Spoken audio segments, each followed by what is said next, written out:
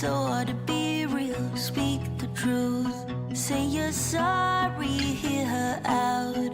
You're too proud, like a child. You think time will tell and sort things out, but you know well aside, you never will if you don't. You never will if you don't. Let it sink into your mind, to your heart and your bones. 'Cause I know deep down inside you already know.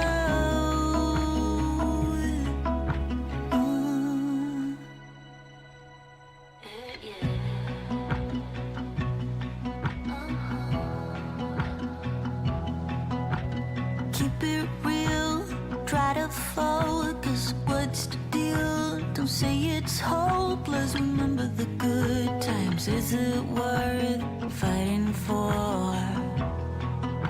Silly, you're wise. It's so hard to be real. Speak the truth. You say you're sorry. I don't know why. You're too proud to work it out.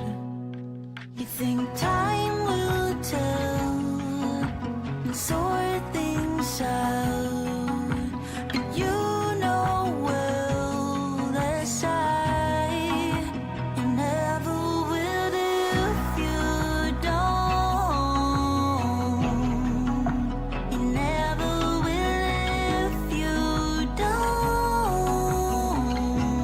Let it sink into your mind, to your heart and your bones. 'Cause I know deep down inside you already know. You never will if you don't. You never will if you don't. Let it sink into your mind, to your heart and your bones. 'Cause I know deep down inside you already know.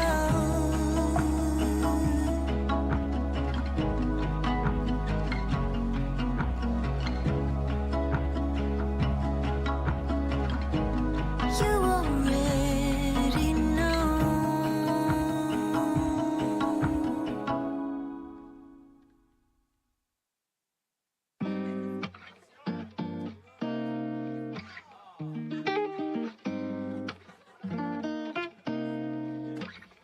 어느새 여긴 너을은 지고 밀려오는 너의 작은 바다.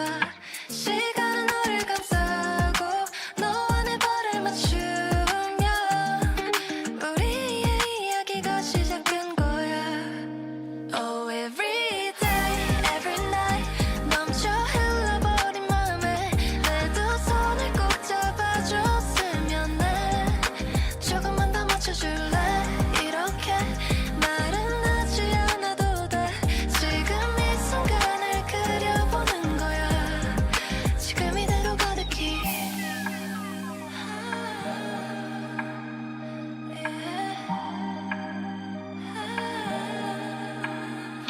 너와 너의 맞닿은 입술이 떨어지고 쏟아지는 너의 깊은 우주. 영원하지 않다는 말은 믿지 않을래. 우리 비추는 별빛에 너와 내 눈을 맞추면 저 깊은 곳으로 빠져버릴 거야. Oh, every day, every night 넘쳐 흘러버린 맘에 내 두 손을 꼭 잡아줬으면 해. 조금만 더 맞춰줄래? 이렇게 말은 하지 않아도 돼. 지금 이 순간을 그려보는 거야. 지금 이대로 가득히. Every day, every night 이제 나만 바라봐. 너 덕분에 got my life looking hella fly. 내 맘이 변해도 never regret all the time that you and I've spent. 이렇게 날 자꾸 너만 보여 너를 원해. Everything about you is making me say, knowing that I'm priceless, girl you are my treasure. Want you every single night. Oh, every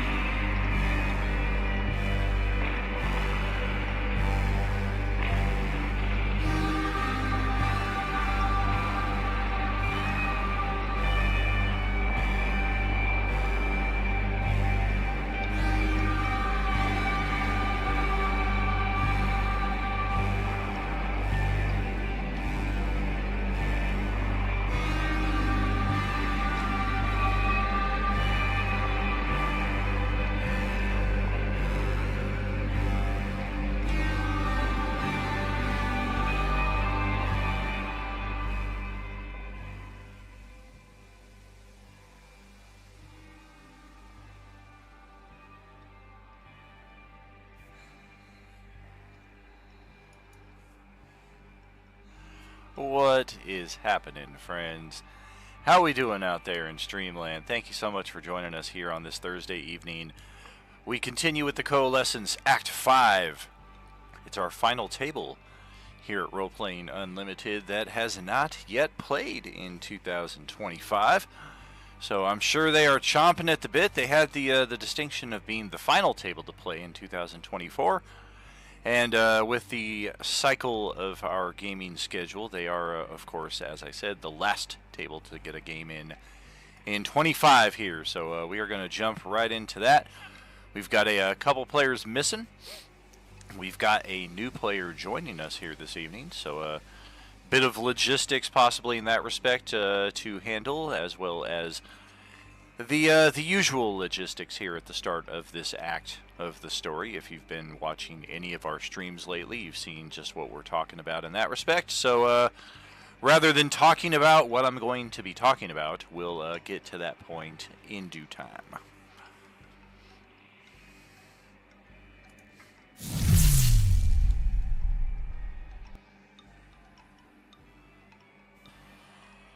Oh boy, here we go. Little pig, Let me in. Woo, woo, woo. Good evening, everybody. How's it going? Hey. Yay! Doing fantastic. Happy New Year. Welcome back. Thank you.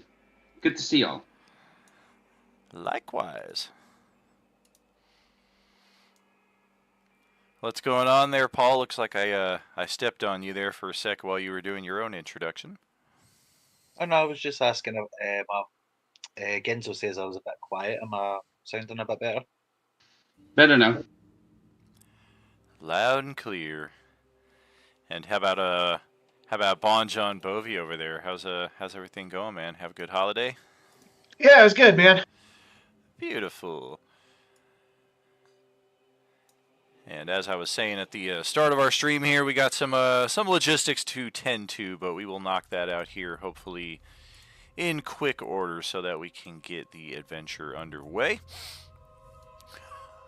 Thursday table. We have a couple of our characters missing. Celestiana, Beleren. We also have a new character stepping in the form of Merlin here. Our new player, welcome to the table. Welcome to Roleplaying Unlimited.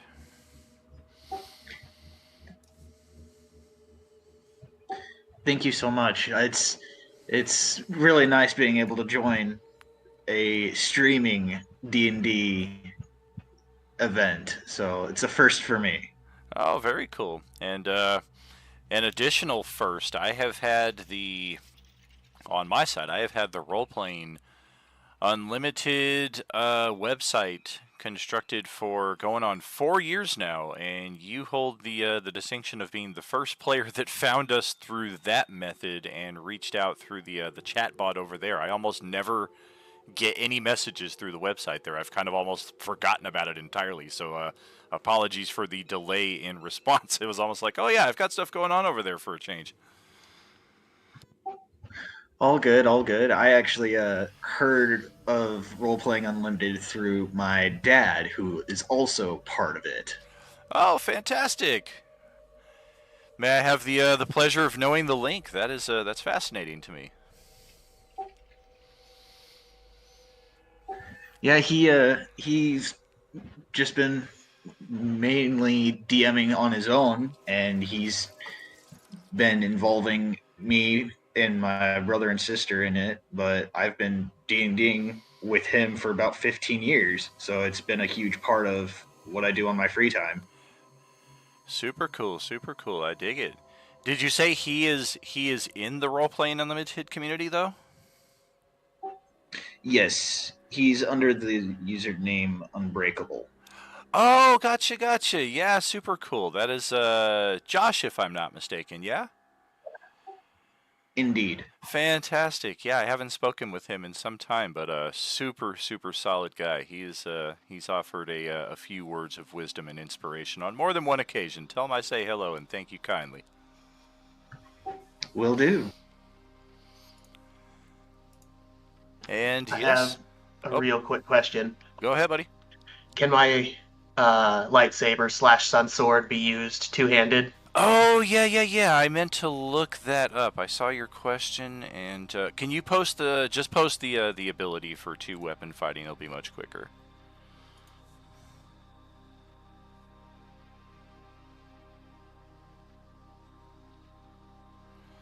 You know, Balerion did die, but he was one of many characters who was thereafter revivified. Oh, thank God. Yeah, there was only one character who perished who did not get the revivify, and actually she did get one, but whether it was some trick of alien physiology that wouldn't match up with the spell description, or maybe the 1 minute duration had passed, because there were like 5 dead bodies on the field at that point, and as the only cleric in the group, you can't blame Adolin for being like, okay, who died first, who died second? Like, he was just trying to get them as he approached them. So it's still unknown in what respect how that happened. Let's see. If you're willing to do two hands, even if someone's spinning, I must have the two-handed versatile. Okay, let me double check.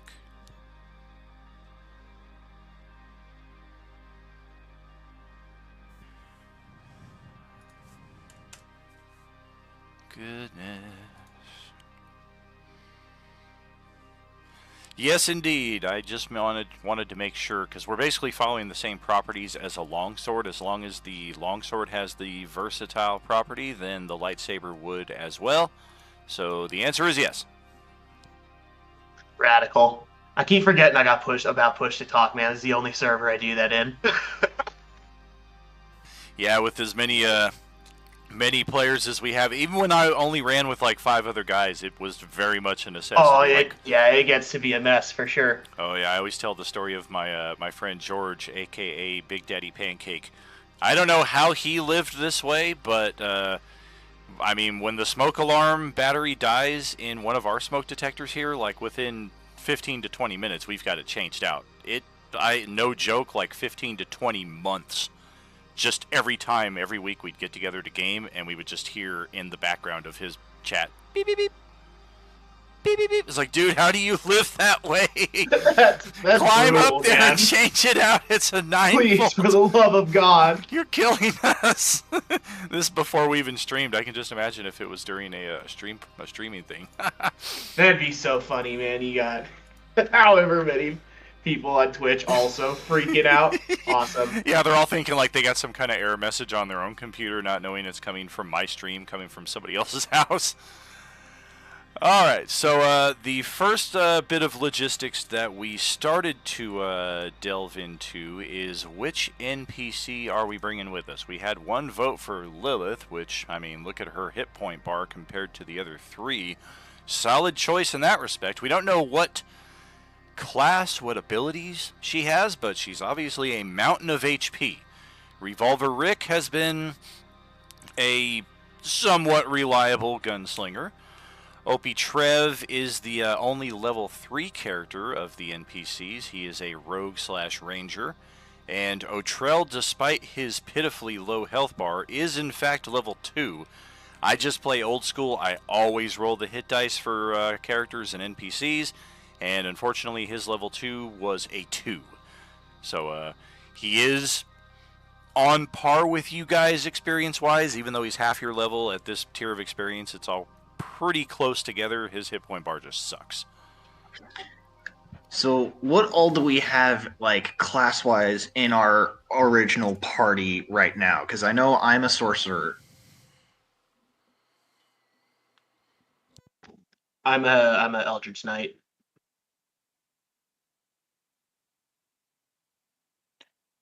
Wizard Rogue.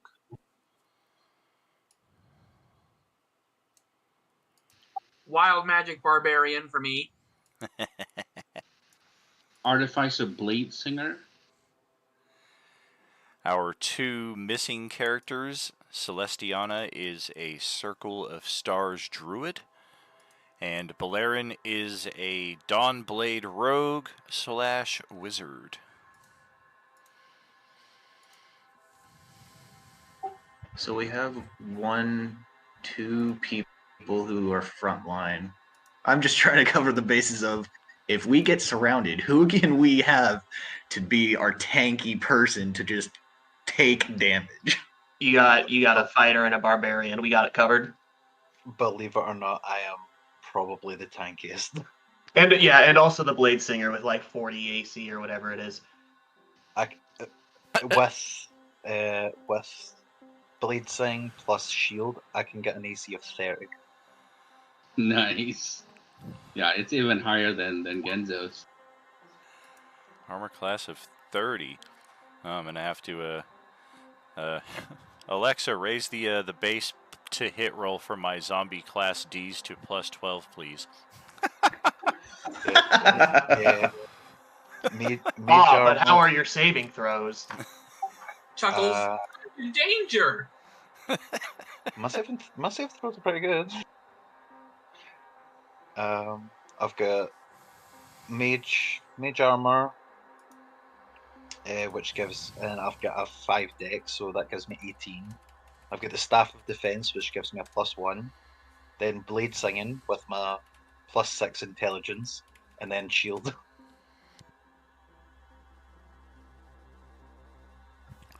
I have my own shield that is self-targeted.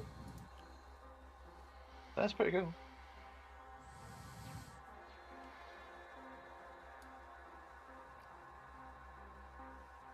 And yeah, I guess before we delve too much into which NPC we wish to select, let's do our character introductions here. And we will start with Ozzy. Tell us about your character, please.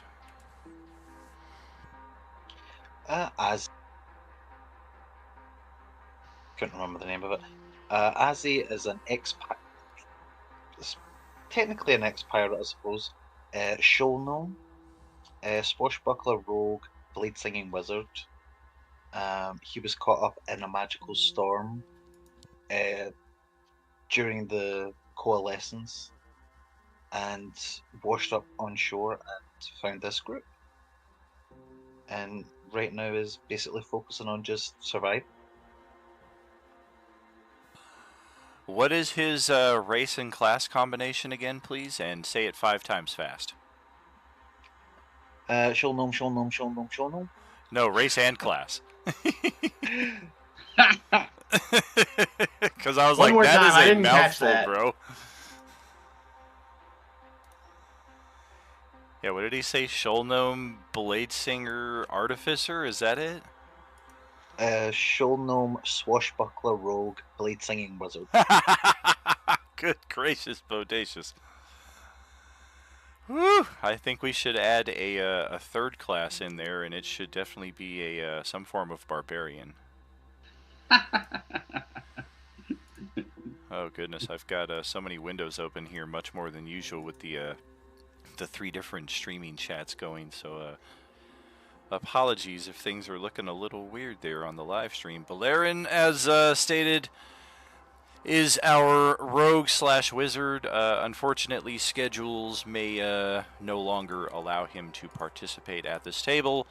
He has been a solid and reliable member of the crew, so we will hold his seat for at least another session or 2 in hopes that things level out and Thursdays are not unobtainable for him.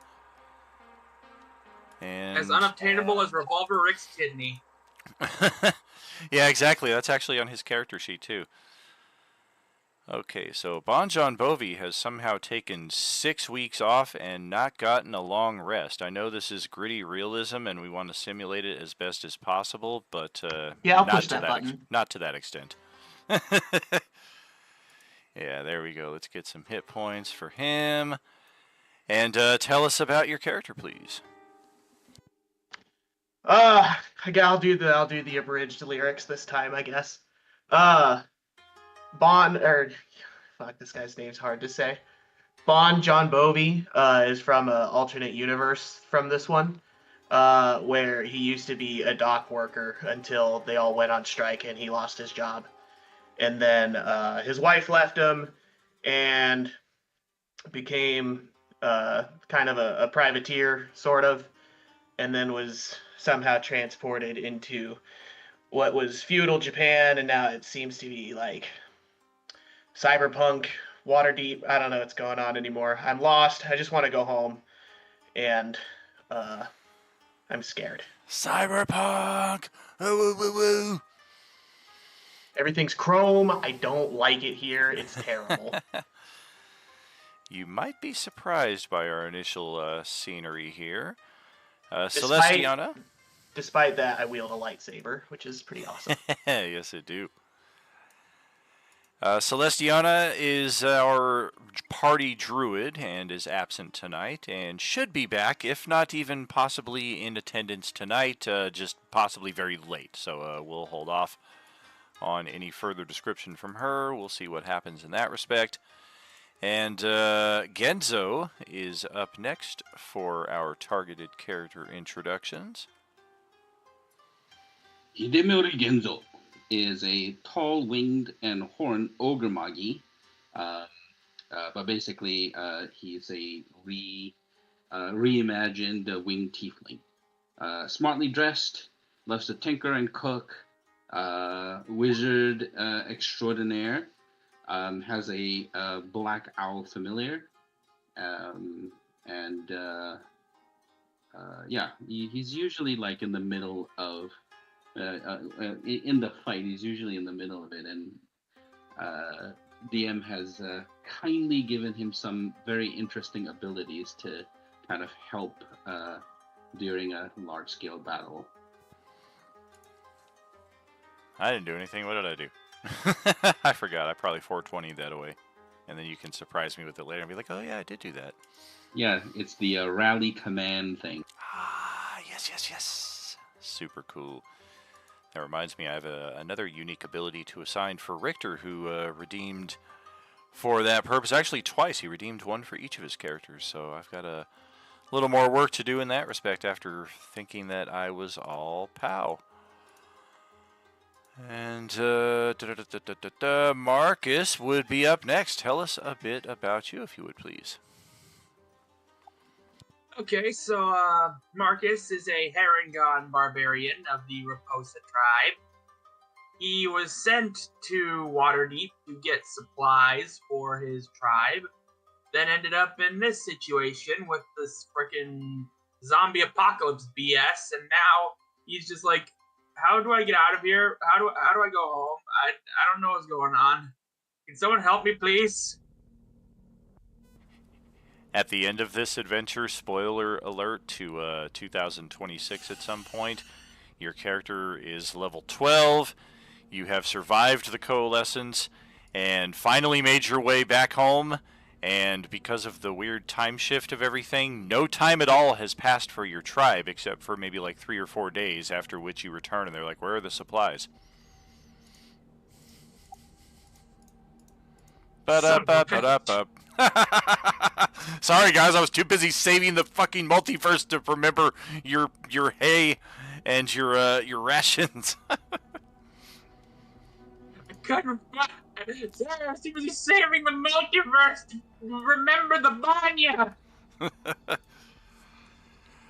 So we've got that part set now with our existing party. Let's hear a bit about Merlin, our new joinee to the group here.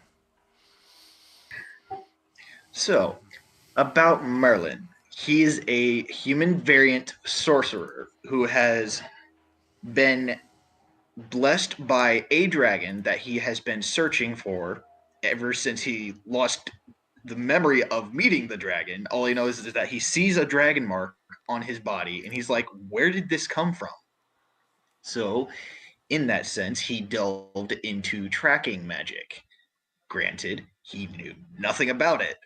So he made the spell go awry and teleported him into a different universe. So he has no clue about what he's trying to do.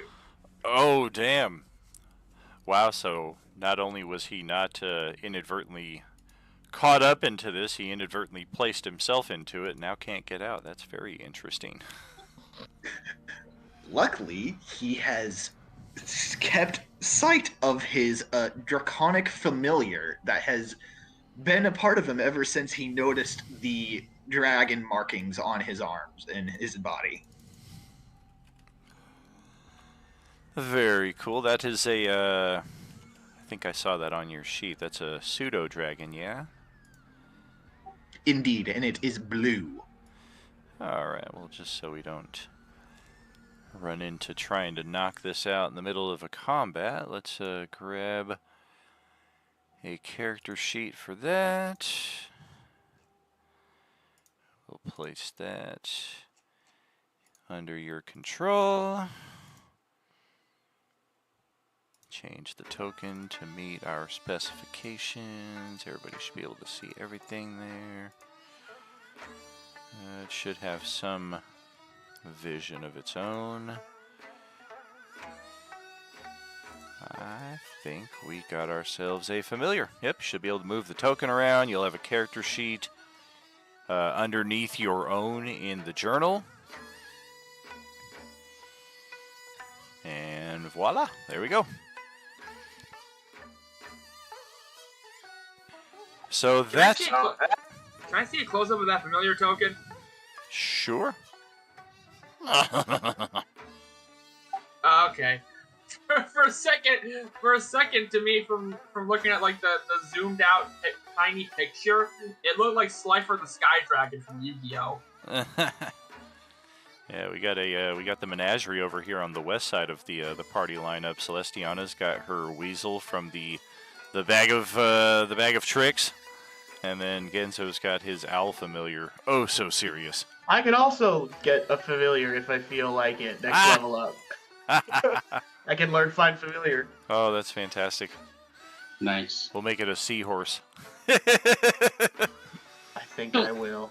So how would we have met Merlin? Because I think Genzo would depending on how we met him, Genzo would like to try and, basically get him started out with like a magical item or two, given that we're at this particular level, and he might be quite disadvantaged if he didn't have one.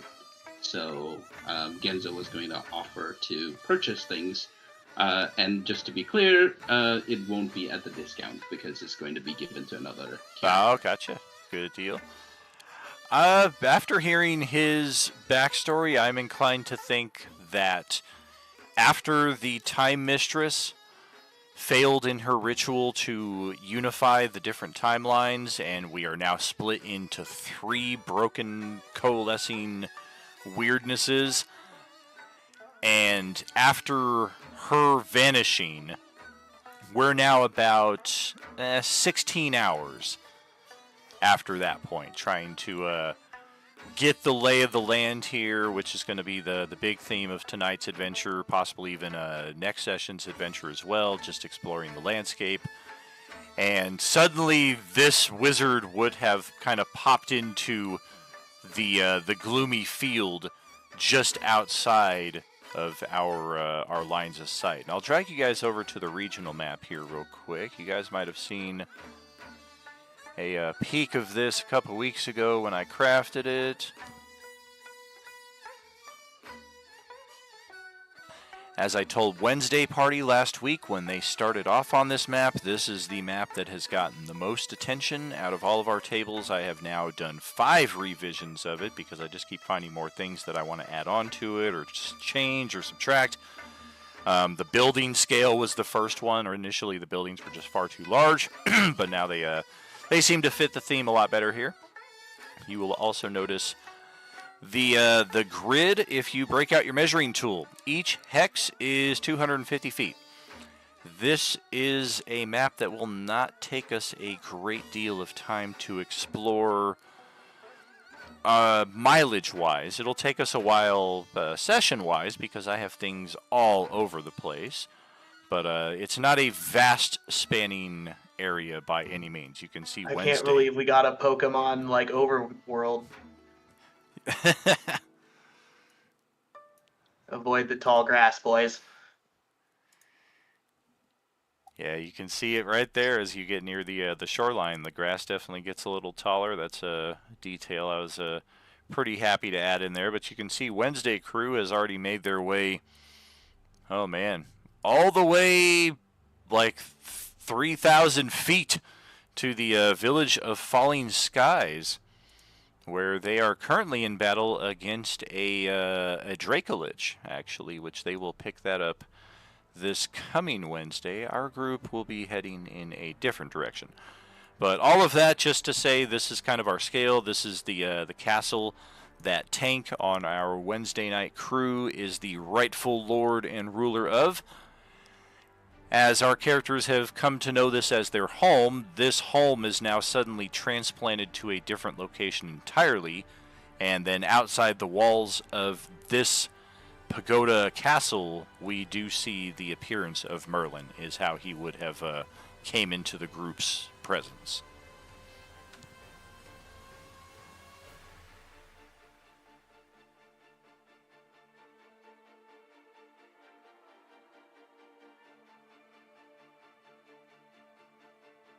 So, of course, if there is any shopping that we wish to do with Moorlander, that is certainly an option. He is going to make the castle his temporary home, and for any of our super supporters, epic supporters who have the ability to summon a merchant to the field of play once per session, he is still the merchant for this table.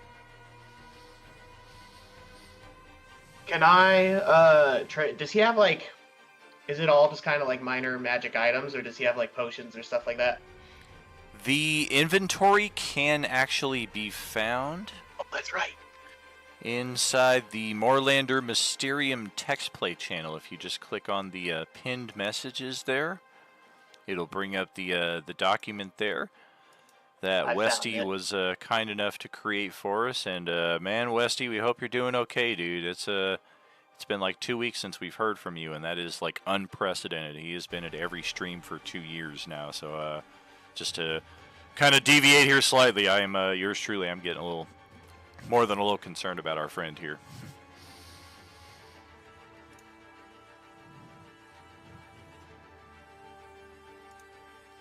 Yeah, so Genzo's willing to devote 1,000 gold to whatever you'd like to purchase. So feel free to take a look through it and see if there's stuff that you want. And just a reminder, for all of our tables, we have access to common magic items, uncommon magic items, and rare magic items. All of them will be listed on that that Google document spreadsheet right there, and all the prices listed accordingly. I'll say we don't want to linger too long on this part, considering we just had 6 weeks of downtime to do all of this, but we do also have a new player here as well, so we do want to afford that opportunity. So we will chill just for a few moments to look through that and see what we come up with. I don't have the money for what I wanted, so it's cool. We're good. Well, I was thinking a couple speed potions. I didn't realize they're like $2,000 each. They're also very rare, which I haven't unlocked yet. Then we can go. I don't need anything. You could get a blood whale vial and probably a bag of holding, or maybe a broom of flying. I would. Nah, dude, I'm so strong. I can carry so much stuff. It'll be fine. All right. Oh, which reminds me, I do want to sell off my extra like armor and weapons, if that's a thing that I can do. I do have 2 extra bags of holding if you just want one. I'll And take get one. for you, D. James, as well. I'll spend 700 gold to get a bag of holding and a bag of tricks. All Bag right. of holding sounds nice. But Yeah. yeah, if there's anything above 1,000 that you want, D, just let me know and I'll chip in money as well. Yeah. So just add 1,000 to your gold, and I'm just gonna minus 1,000 from mine. The son of a bitch. What the hell was I thinking? What? Somebody just asked me something and I forget what it was. I said, can I offload my extra weapons and armor? Yes, that's what it was. The standard rules would be in effect for that. Sell at half cost. Right on. Anything like roundup, of course, in your favor. I would also like to spend 500 gold for the Blood Rage Great Axe. Good gracious.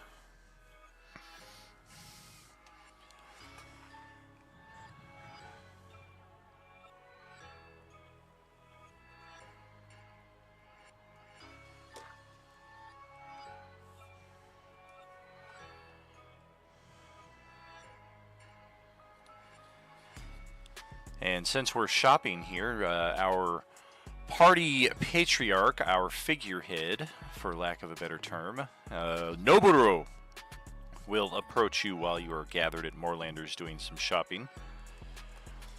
I have already spoken with the other group of adventurers and sent them east across the bridge. They have done some research on topography of the region, and some of the features do appear to indeed match up from what we were familiar with. Some of them obviously not. It goes without saying that the primary objective is to get a better feel for our surroundings.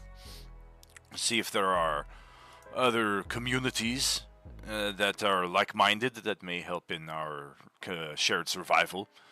If there are pockets of undead or miscreant groups of the living that we should be wary of.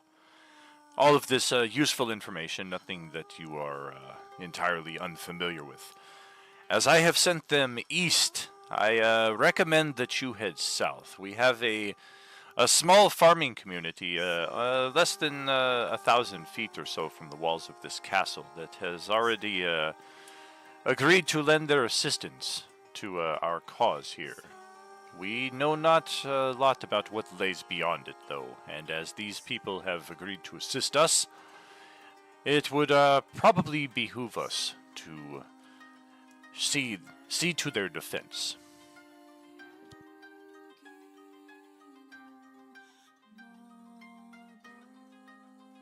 Sounds good.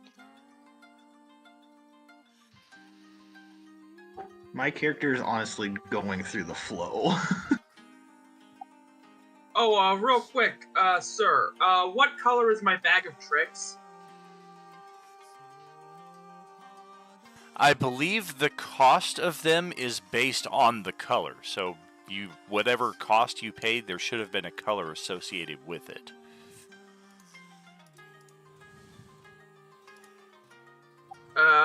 $400. Let me see.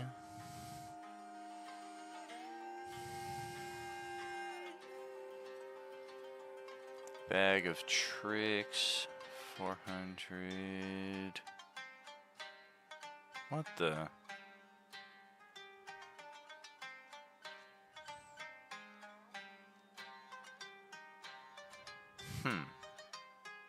What are the different color options? Gray, rye, tan.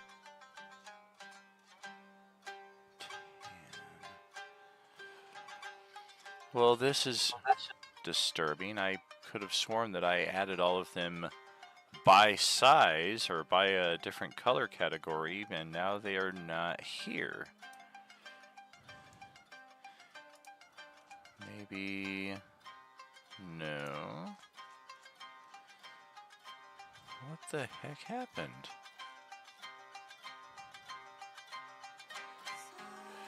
Alright, well, so much for being prepared.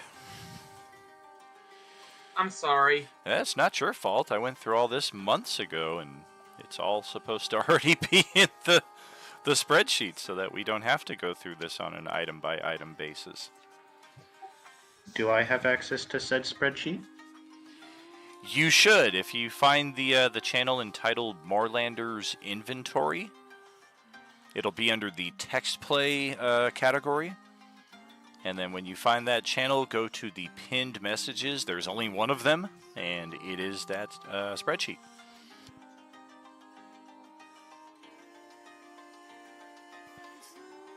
Okay, uncommon, 400.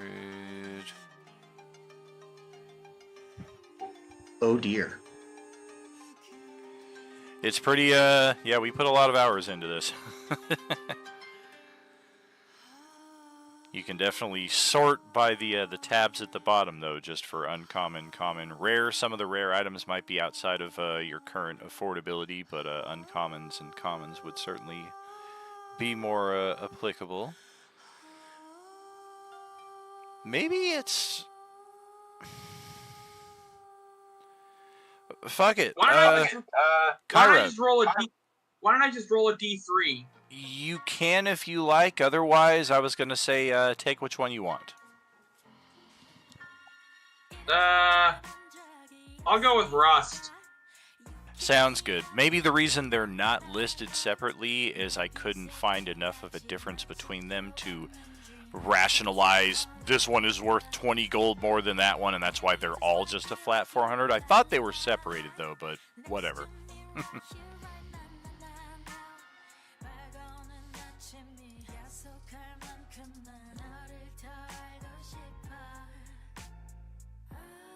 So yeah, we can continue looking through inventory for another few minutes here. And we also, I'll take us back to the starting page. We should finalize which of these lucky 4 NPCs is going to get to accompany you.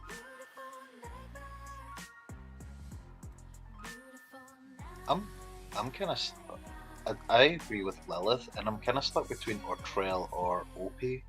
Ortrell because we interacted with him on the first session and haven't really spoken to him. Very true.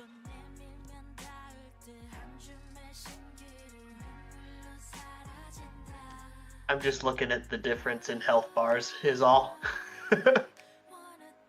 Yeah, but there's ways around that, and it's not as if Opie Trev is a front-up fighter in the first place. And Sure. What's Otrell's class? He is, Otrell, I believe, is Rogue. He could easily hang back and fire off,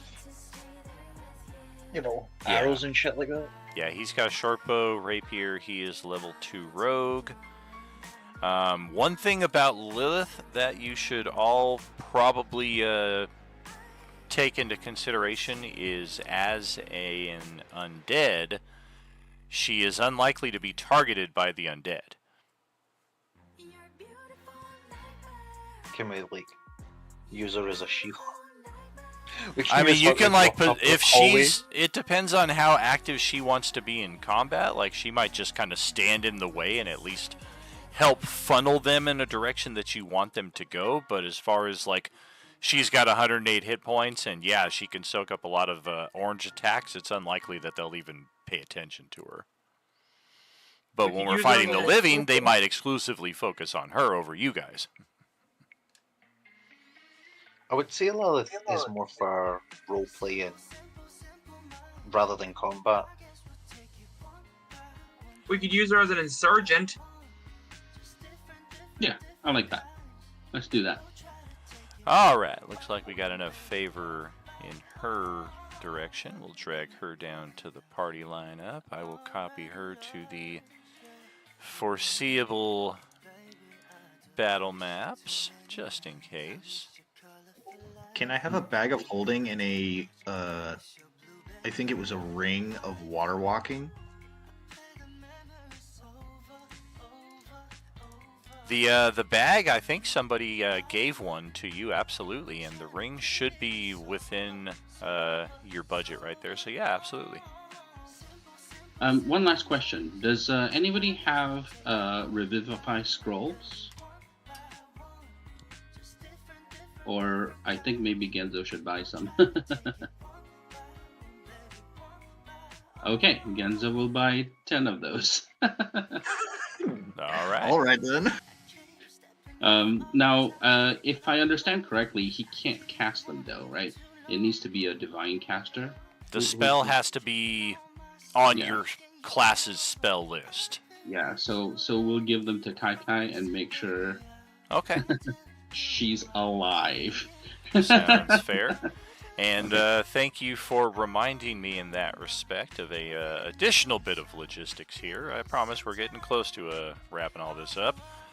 The Beskar Bucks rewards that we have been purchasing primarily for long rests, those have been changed over the last couple months now since we started our downtime to pre-purchase. So if you plan to make use of Long rests or imposing disadvantage on my rolls, I believe, is also another pre-purchase only option now. These are things that you'll want to consider during downtime, long rest, and things of that nature, because those are the only times you will be able to redeem for them in the Twitch channel. So over the next 40 minutes or so before we once we get to our halftime break, that will be the official expiration point for this table. But anytime over the next 45, 50 minutes or so until we take that halftime, any of you that want to do a redemption or two for any of those rewards, you are certainly able to do so.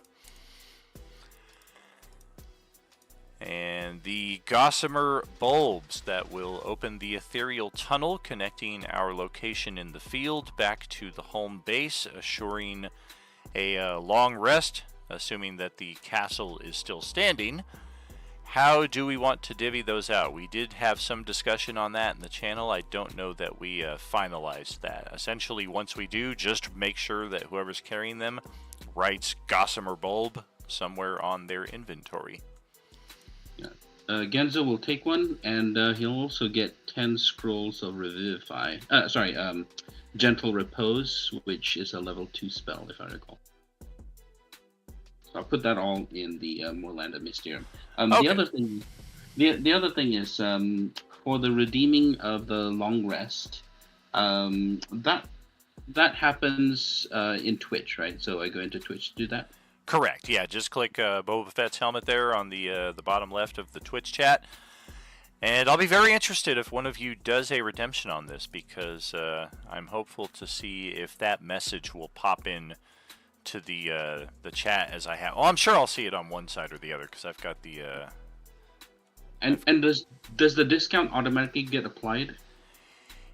There are separate versions. So for you, since you're an Epic supporter, you want to purchase the Epic long rest version. Got it. Okay, thank you. I'll take a bulb as well, and I'll buy a ring of animal influence. Get a little more mercantile in before we step out. SB Troy, what's going on out there in Streamland? Thanks for joining us tonight. What is happening? Just the inevitable mercantile and incorporation of a new character as we get ready to set out for the first time in a great number of weeks here with this table. Hope you're having a good night out there.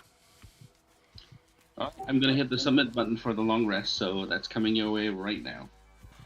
Fantastico. Yes, there it is. Yeah, I guess I only see that in Twitch, not in multi-stream. Not that important.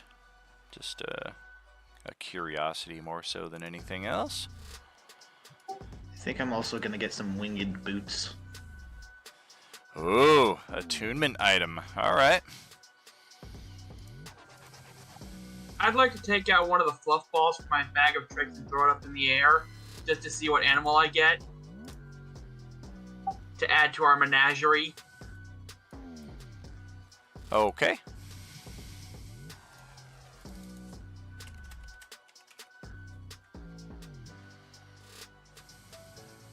I cast Fear on it. I rolled a 6, and so since that's the rust bag of tricks, I get a giant boar. Okie dokie. I'm gonna have to grab another character sheet here. I'm sorry.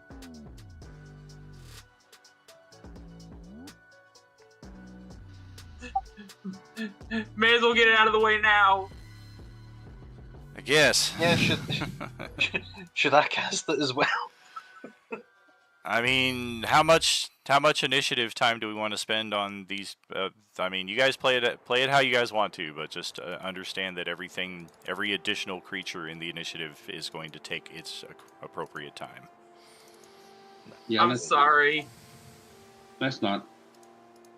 And ready to go. Yeah, we've got 6 characters and 4 tag-alongs here. I think we're set in that respect. Maybe we don't bring an NPC. I'm ready. Fantastic. All right, I gotta assign character sheet preferences.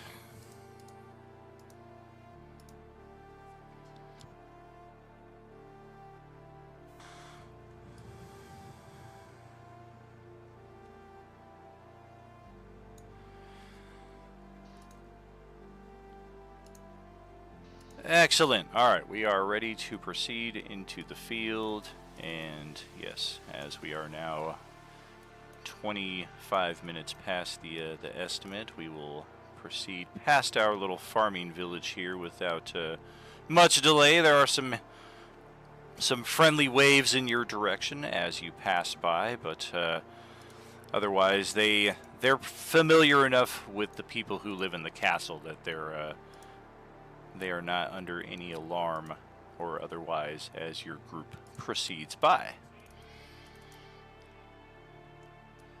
And we are actually going to get a fair distance out before we have any encounter at all. Just want to kind of reveal this section at a time.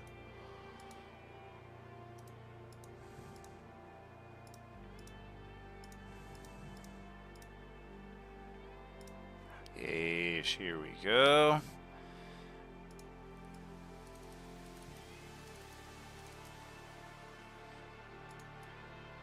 It is a slow passage through the gloom, even though it is not a great distance. The fact that you can only see so far in front of you, and all of your perceptions and wits are attuned to an undead assault or any kind of danger at any given moment, pretty much.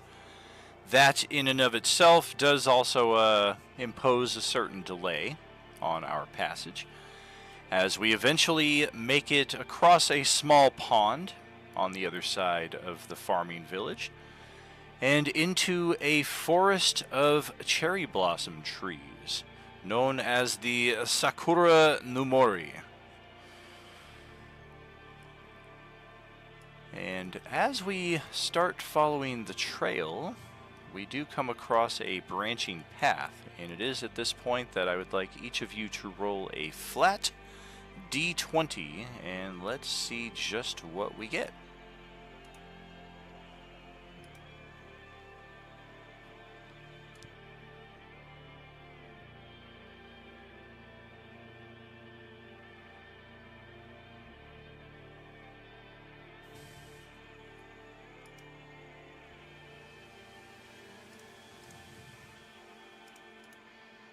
Two, three, four, five. All right. Yeah, we will just end up revealing all of this. One side to the other.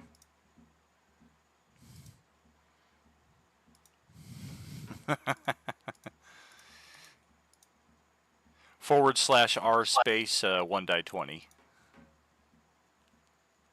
Thank you. It was the slash. I was like, man, what the hell? It's like he's just typing. Do what I type. Do what I say. Do what I said, because I said it.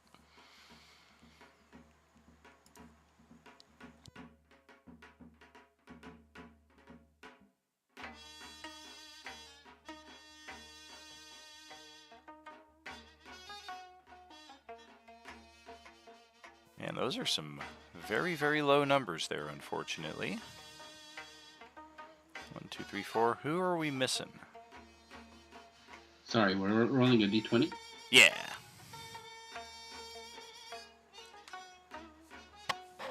Yeah, just a straight D20.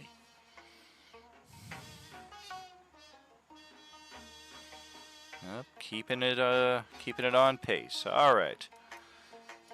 Well, first we're over here, then we're over here, here. A bit of this. It's like one of the Legend of Zelda maps where, like, unless you take the path exactly correct, you just kind of keep wandering through the same zone like we're doing here. Just like, there's no way out of these cherry blossom woods.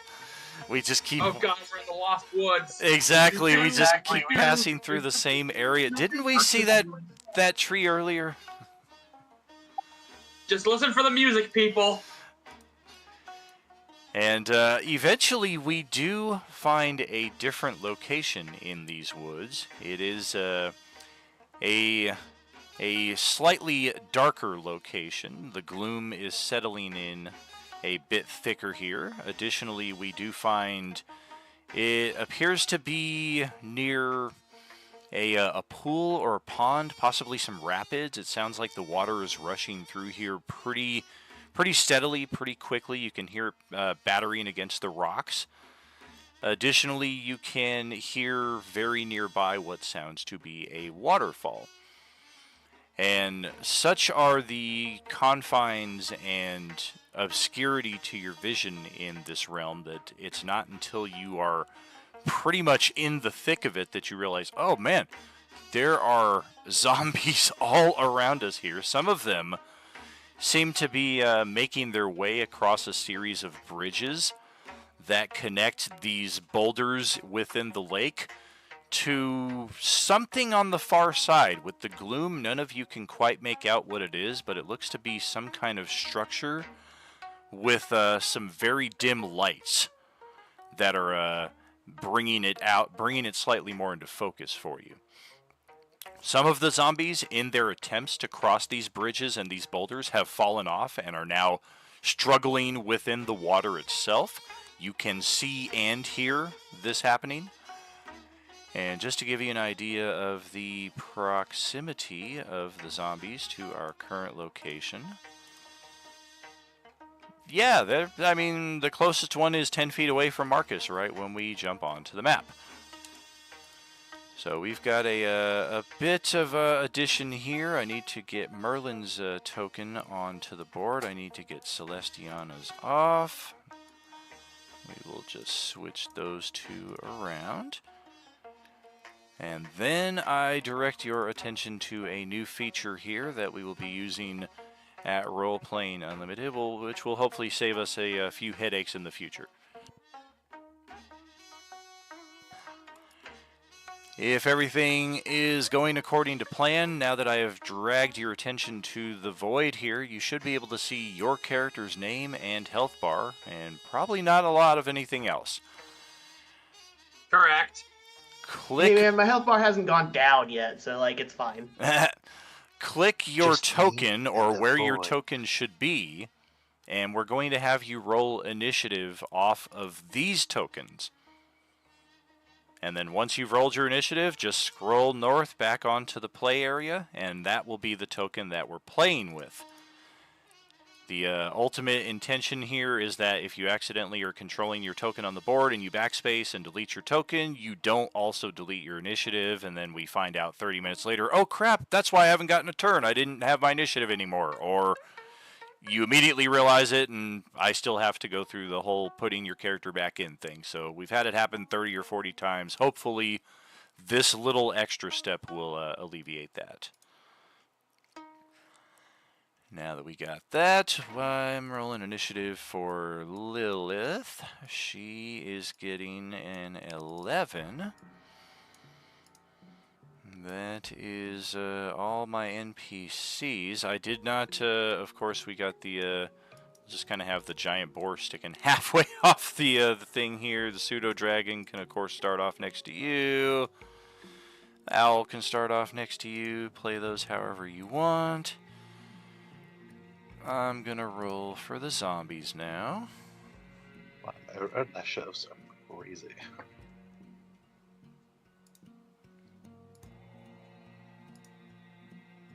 Oh boy, we are getting horribly low with the zombies. Let's roll for you as well. By the way, can we mage armor before this?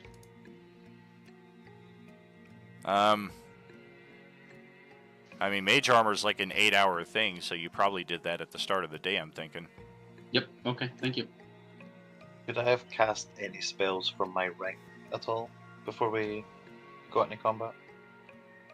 I mean, it depends on what they are. If they're combat prep spells that you would have cast knowing that there was a combat imminent, probably not. If they're things like mage armor that you would cast on the daily because it's just part of your routine, then probably so. They're combat specific, never mind then. Yeah, we wouldn't know that zombies were on the scene until, like I said, until we rounded the corner, because the water and the rushing of the water nearby is the more prevalent noise than the groans and moans of the undead. Yeah. They last an hour, but there's no way I could have known. Yeah, I mean, your suspicions are always up, but if it only lasts an hour and your adventuring day is like 8 to 10 hours long, it's kind of like a risk. Like, do I cast it right before lunch and then we don't run into anything and I've lost it for the day? I mean, it's a whole thing. Let's try. Are you talking about mage armor? No, Kind of. I was gonna say mage armor is good for 8. If you got that, you can throw that on. That's good for like most of the day. I've got mage armor on. I was going to cast enhance ability and long strider.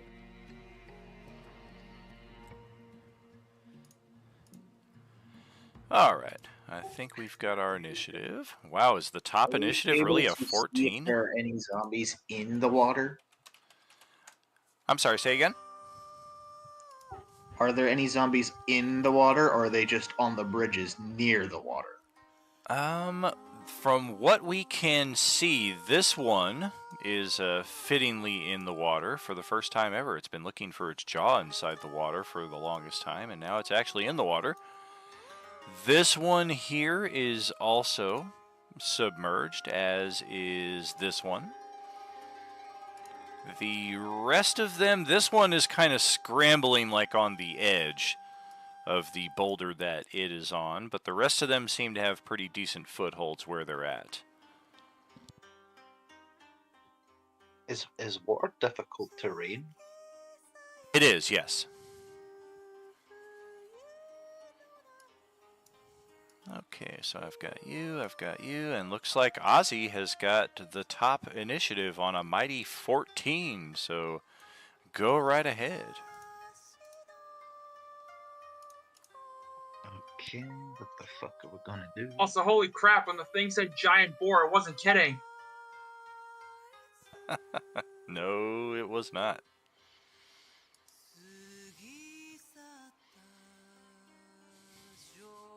I'm just gonna start off normal. Give me just one second. I'm gonna cast Force Blast on this guy in front of us. Okay.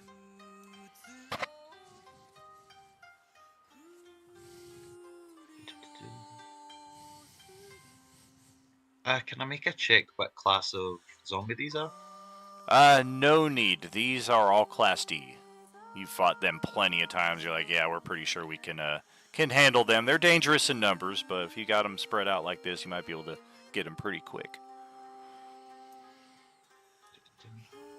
I really need to set up my orange peeler at some point. What the fuck is it? Oh, does a 12 hit? Target is 14 for these low-level zombies here. Oof. Not that good. I'm going to Blade Song, because why not?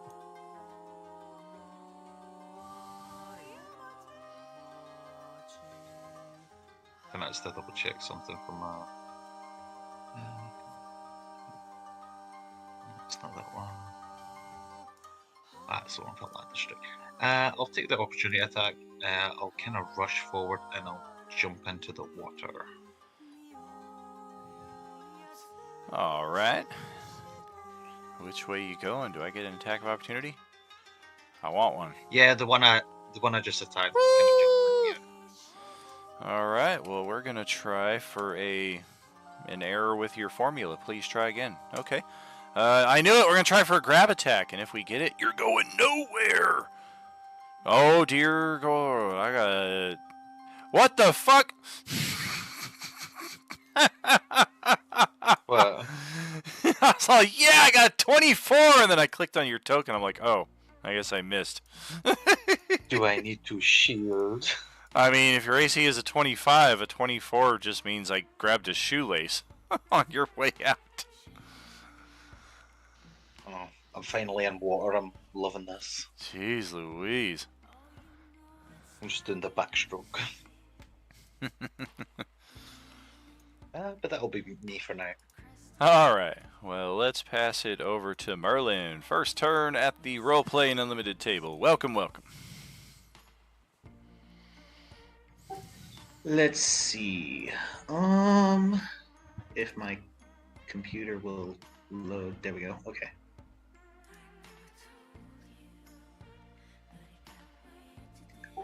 I'm thinking of using Scorching Ray. All right. On the furthest back.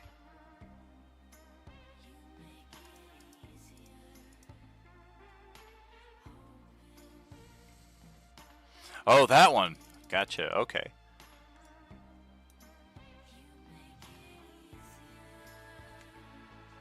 By all means, give it a go.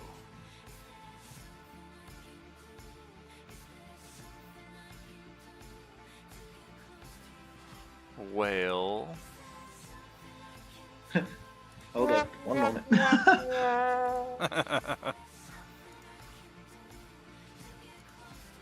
It's a day long. Low roll. oh, that's right. He does get 3 of them. The second one is looking good there. That'll hit. We'll take that.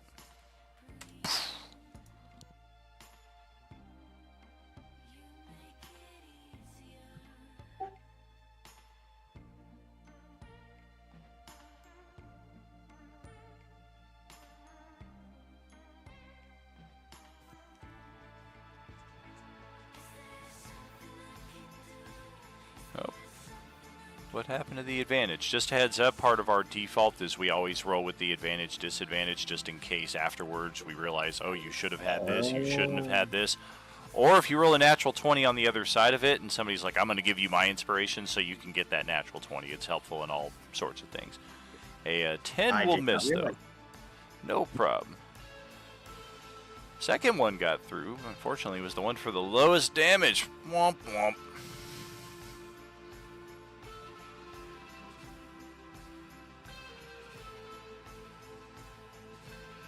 I believe I still have my movement as well. Oh, yeah. Yeah, with this whole map having a dark bluish tinge to it, I can answer any questions as they come up, but hopefully as you spend a few minutes here, you'll get to see where the rocks in the water make their separation. And yeah, these are I'm two... totally going to move right there. That would take you out into the water. I mean, you could possibly, like... Water walking. Oh, that's right, you took that ring, didn't you? Yes, sir, I did. Interesting. I have very seldom had that ring come up. Let me look it up.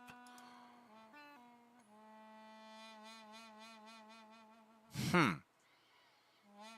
mean, it's very, very basic in its description. I guess my big question is, like, just out of curiosity, if you step here and the water is, like, moving in a westerly direction, does it then carry you like this?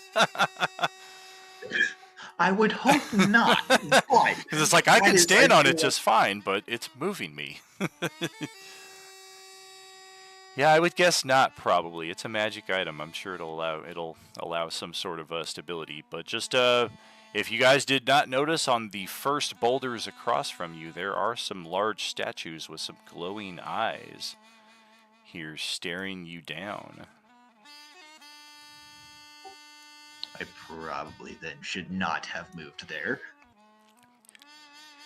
Yeah, it's not too late to change your destination since you were heading in that direction. That would be something that as you start taking your first steps, be like, oh, Yeah, it looks like some kind of giant, like, lion-ish statue, but it's also got, like, almost like a warthog or an orcish face. And every so often, like, a breath seems to kind of, like, puff out from both sides of it, resulting in these little occasional bluish flames that kind of spurt from both sides of it. Can I tell how deep the water is just by looking? You're thinking about 20, 25 feet deep. How tall are these creatures? They're a good 15 feet high.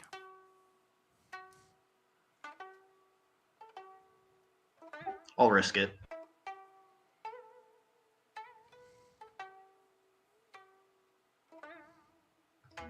I'll move right there onto the water. Okay. Yeah, you kind of feel like the eyes are moving to watch your movement, but otherwise no effect that you can tell. That's awful. Does my pet or my familiar go on the same term that I do? It goes right after your turn, yeah. Oh, well, I'm gonna have it. I believe it also is only flying. I could be wrong.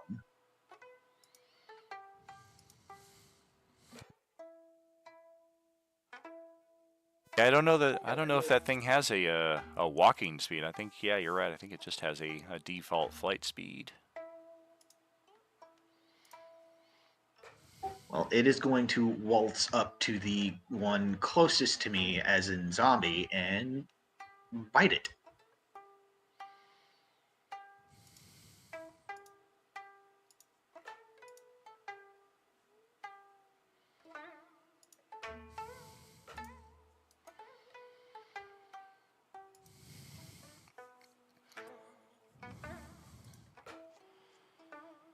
Well, that will hit. We'll take it.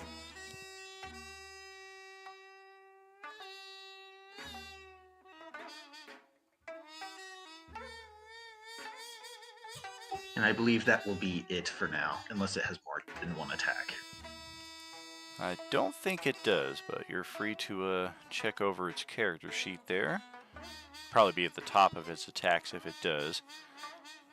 In the meantime, Bon John Bovey is up next.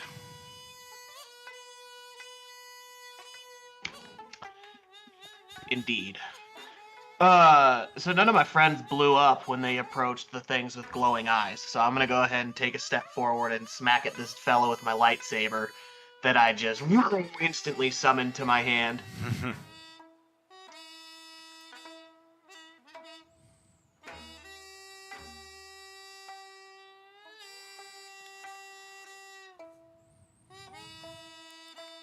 Oh, and extra. I was gonna say, am I right to assume that this is an undead? It is, but the lightsaber is not a sun sword. Is that? Oh, I thought you had given me the sun sword stat block. But... Gotcha. Yeah, not so much. All right. So am I doing? Never mind. I think it's just the D10 plus my strength or whatever. Yeah. Let me go into your sheet here and make the adjustment.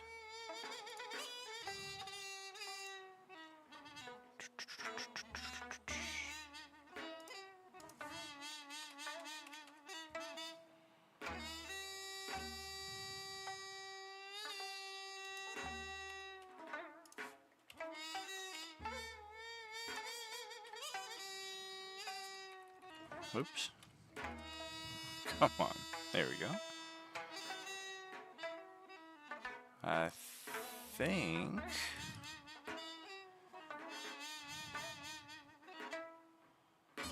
What's the... Yeah, give that a swing right there. I just added a lightsaber attack block. Damage is comparable. We'll still count it as a hit, though. And we'll take it. And I think that's gonna be it. All right.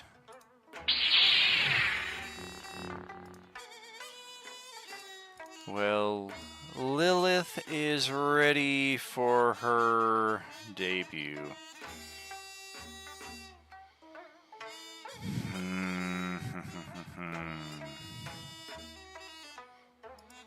Yeah, we got this going on.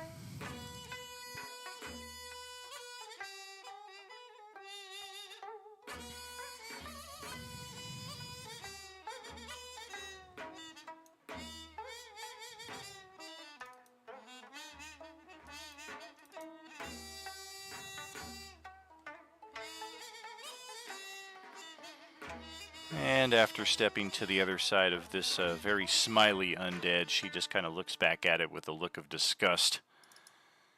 And we're going to multi-attack. Oh, yeah. Look at that. She's got the orange peeler 1 feet. And she will shred this thing for 25 points of damage between both of those attacks. And that's what she has to contribute as we pass it to Genzo's turn. All right. Let's see. Genzo will move up to the nearest zombie and use his flame tongue rapier. So let's see. Okay, here we go.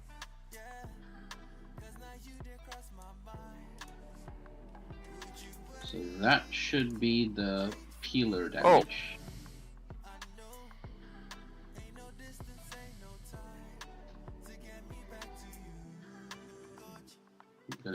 If that doesn't kill it, gonna do a second attack.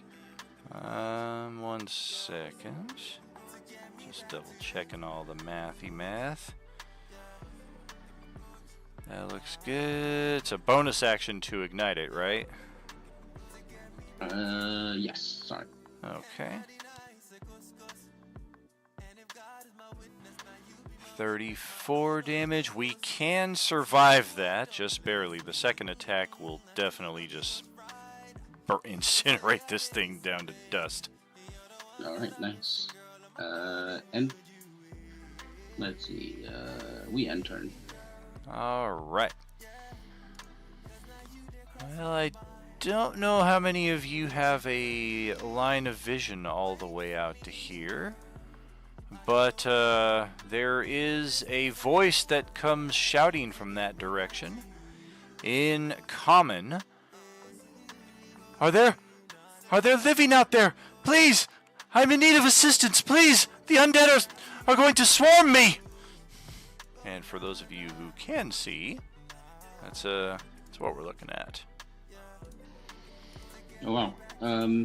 How far away? It's all the way up here at the far north end of the map. For most of you, you probably hear her more than see her. Got it. Yeah, I think she's 95 feet away as the crow flies from Genzo. I'm be like, holy Sorry, I crap, didn't mean someone to do that speaks again. our I was trying to look language. at the stats.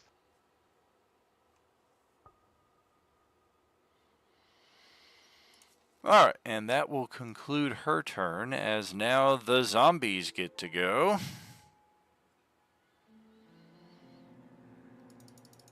And, well, I suppose we will start on the one that's up there by her.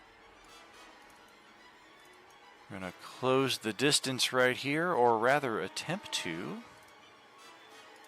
That will be the extent of our movement.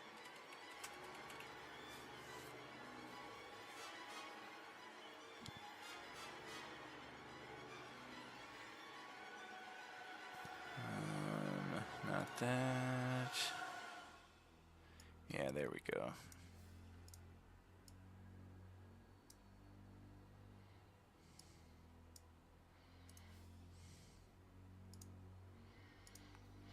Yeah, there's some form of barrier, very faintly visible, might be made out of force, all the way up there on that side of the bridge that prevents the zombie from making that final passage to getting towards the woman who is shouting.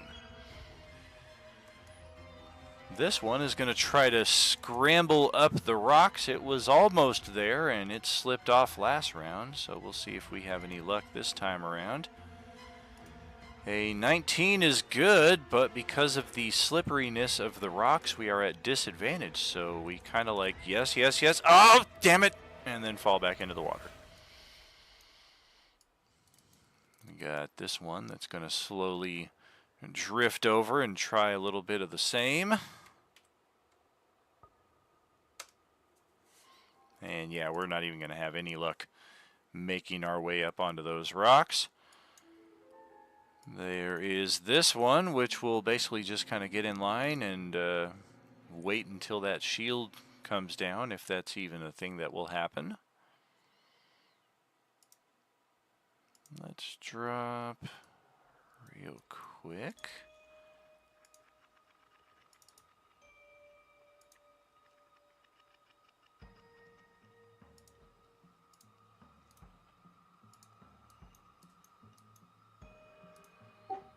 I have a There we quick go. question. Go ahead. Are the physics of lightning and water very much like real world? I try to simulate some reality to it, but perhaps not to such an extreme extent that it f's over characters so much. Like against zombies and things like that, we can probably have some fun, but against a major boss or some player characters, we might play it a little bit more like, yeah, it does the lightning damage plus a little extra. Yeah, I just threw up some dim lights up there on that side, so hopefully everybody can at least kind of get a peek at what's going on up here.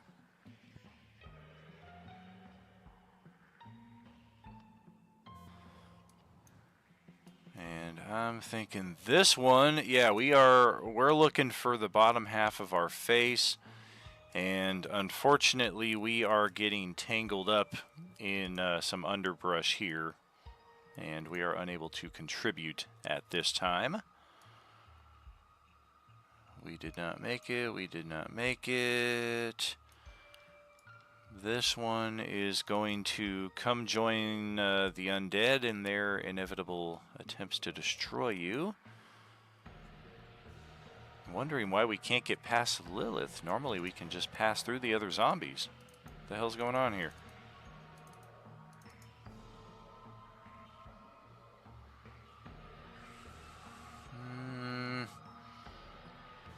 I don't get it. We can't get past her. Okay, let's do something a little different with these two. We've got, looks like Ozzy and Merlin will be the targets. Bloop.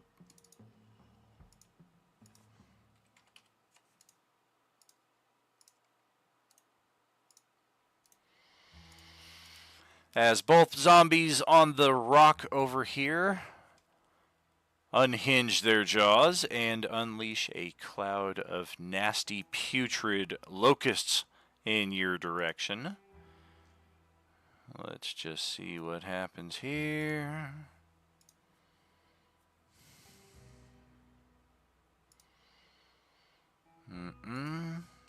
Ouch.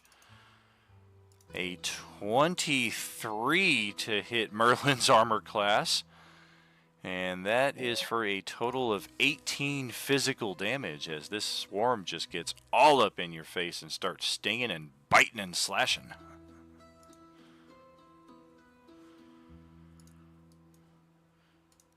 The one that is trying to get Ozzy is not having any success.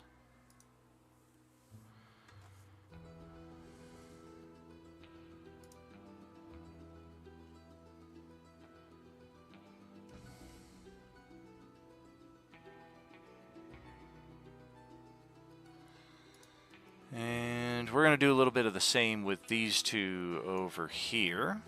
Launch a pair, throw one in Genzo's direction and one over in Marcus's direction. I don't know if we can get Marcus. Let's see. Nope. Matter of fact, we can't get Genzo either. So we're just going to spew these clouds over right about here, and they will start pursuing next round. And that brings us to the final zombie right here.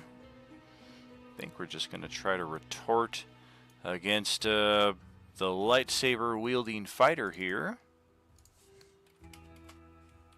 Oh god, not the bees! I mean locusts! Oh, a 23 to hit Bon John Bovi. Yeah. 9 physical. And that is it for them. We will now pass it to Marcus for the final initiative of the round.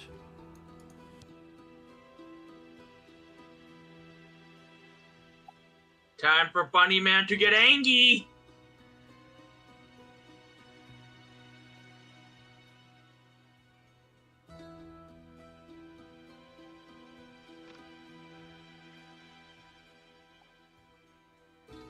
Also, when I rage, I get the Wild Surge, I believe. So I have to roll a d8 now. Let's see, roll on the wild magic table. Oh yeah, sure, go ahead.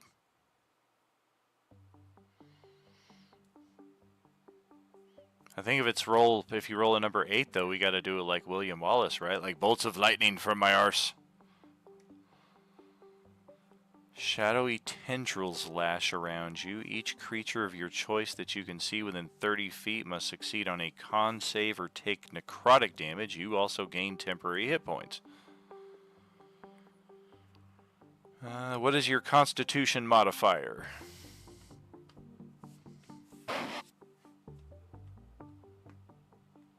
Who? 2. 2. All right.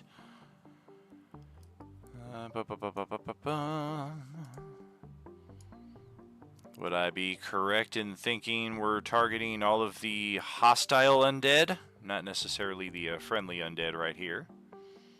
Yes, all the hostiles. All right, that is 4 of them. Oh, wait, we got the locust swarms as well.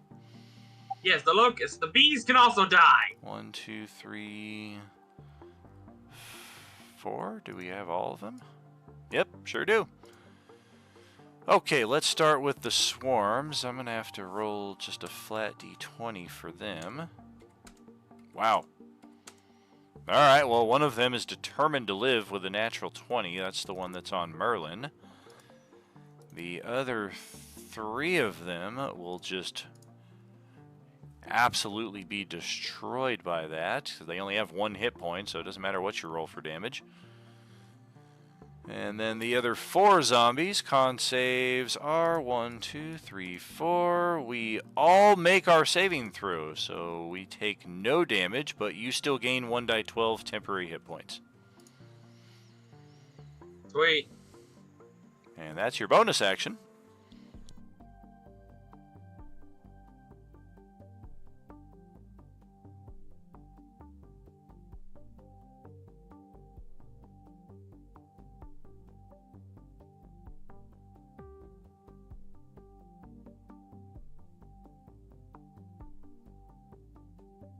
Okay, so I'm gonna go up to.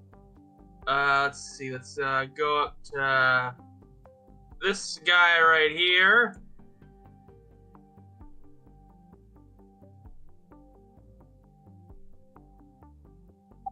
And hit him, and then go with a 2-handed battle axe. Okie doke.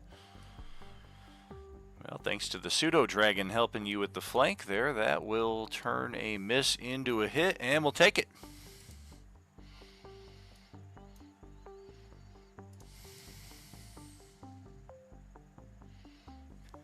Solid gash across the undead chest right there.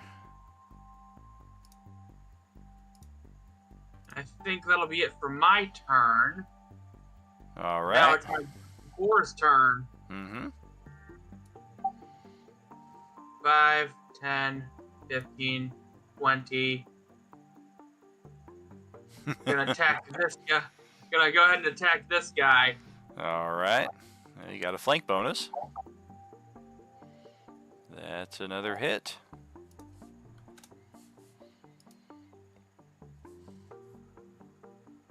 Oh, damn. It takes extra slashing damage. Oh, that's fantastic. Okay. So we got 2 saving throws here. Strength and con. Well, let's see. That damage is all tallied, I would say. So, yeah. You kill it. It fails its strength saving throw at the same time and falls into the river next to Ozzy. Nice. Floater! Then the boar shall end his turn. This coffee tastes like shit. It is shit, Nice Austin. job. Nice job, Pumbaa. All right, well, that will send us to the top of the next round and also brings us to the midpoint of our session. So our Beskar redemption opportunities for the pre-purchase stuff have now officially ended. Next time you'll have that opportunity is during your long rest at your home base, or our next downtime event, which hopefully you won't have to wait that long because we don't have a downtime event scheduled until next year at some point. We just started this year. So we will catch up with you in about 5 to 10 minutes here, friends. Thank you so much for hanging out with us tonight. We will see you shortly. Are you with us?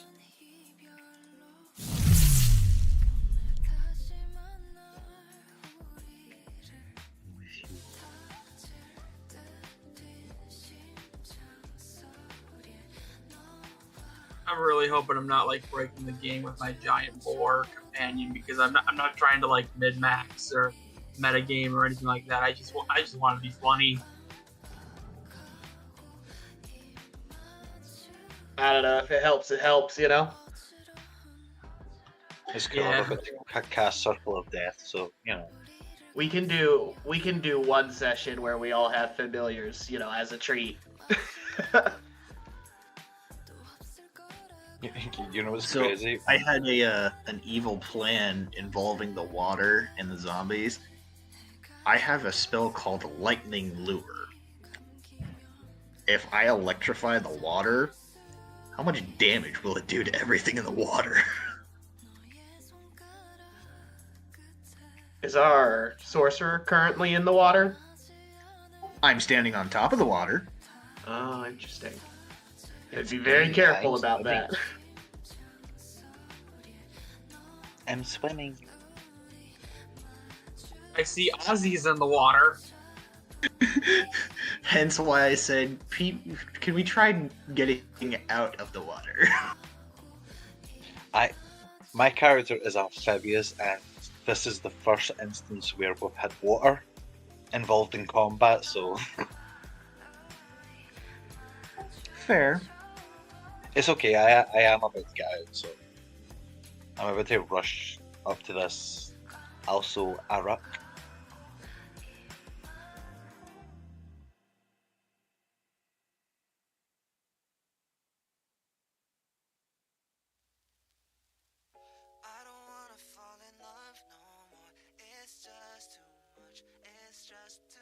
Also, speaking of familiars, like as a bit, I was going to say that I summon an octopus, and it would have been perfect for this.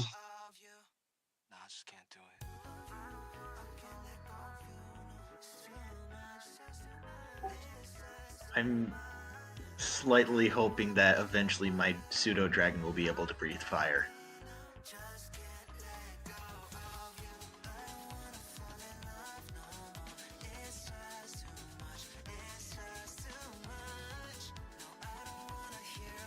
Just got to get some fire lozenges.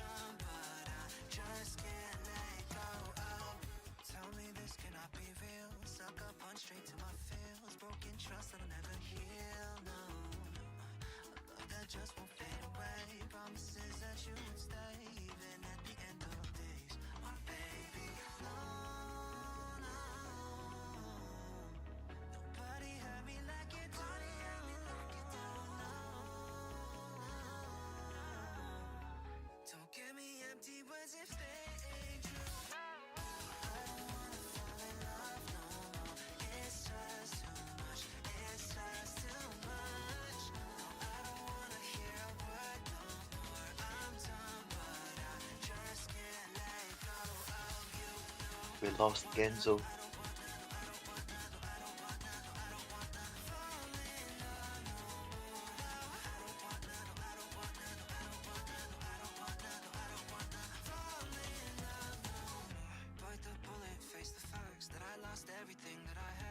How dare.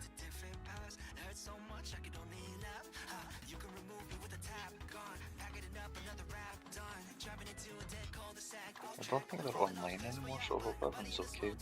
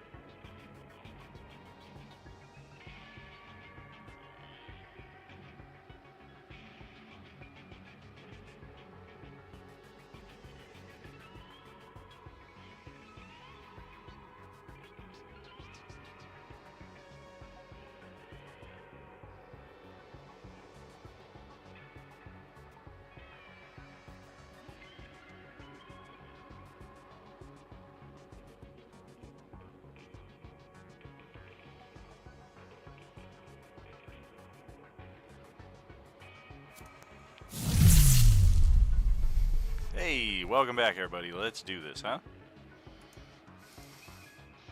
Hello, hello. Let's. Hello. Yes, indeed. Ozzy with the top spot on the initiative here. Let's see what you got. So please forgive me because I completely forgot about this, but my Helm of Brilliance. As long as it has at least one diamond, the helm emits a 30-foot radius. When at least one dead is within that area, any undead that starts its turn in that area takes 1d6 radiant damage.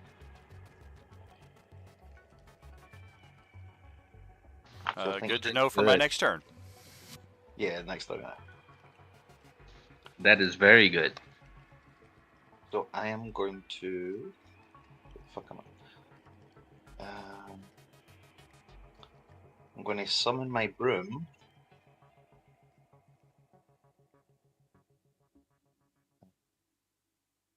My broom of flying and. I don't know. That's not going to measure it. Oh shit.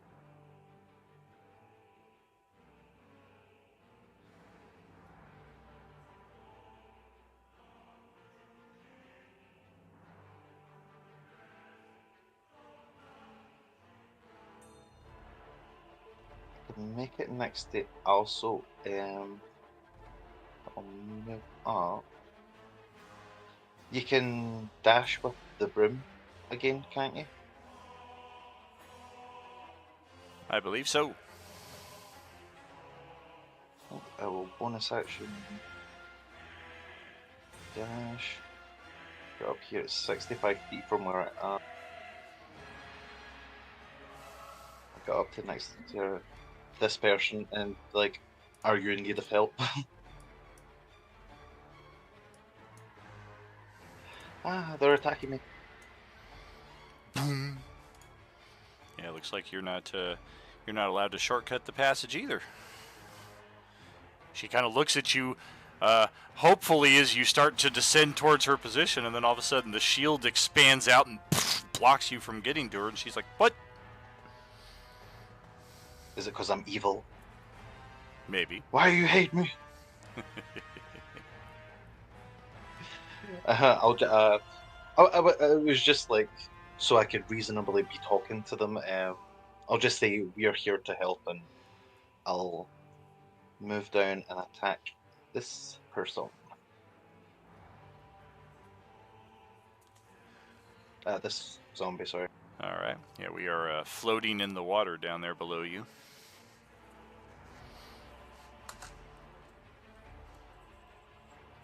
I'll use my helm again.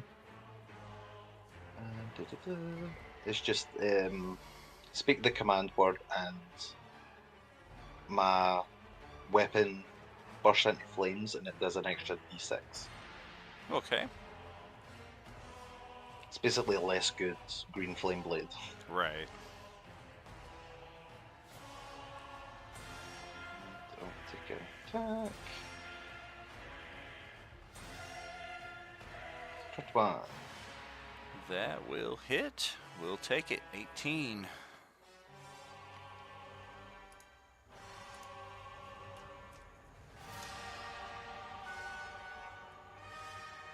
And that'll be me, sir. Well, okie doke. Let's pass it over to Merlin down here. Got walloped pretty bad by that cloud of wasps right there next to you.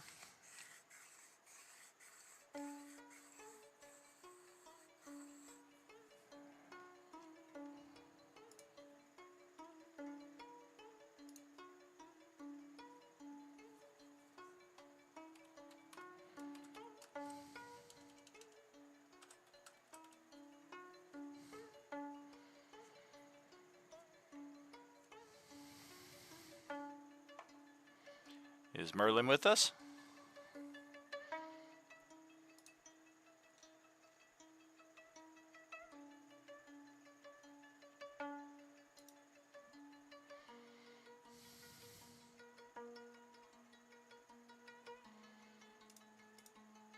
We'll pass it over to Bon John and circle back to Merlin there afterwards, see what we're looking at. I'm gonna finish off the fella in front of me. All right.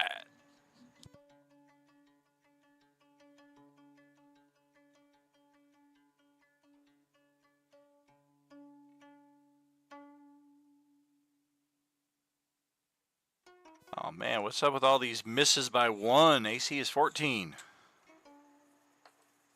You really hate to see it. Yeah, you do.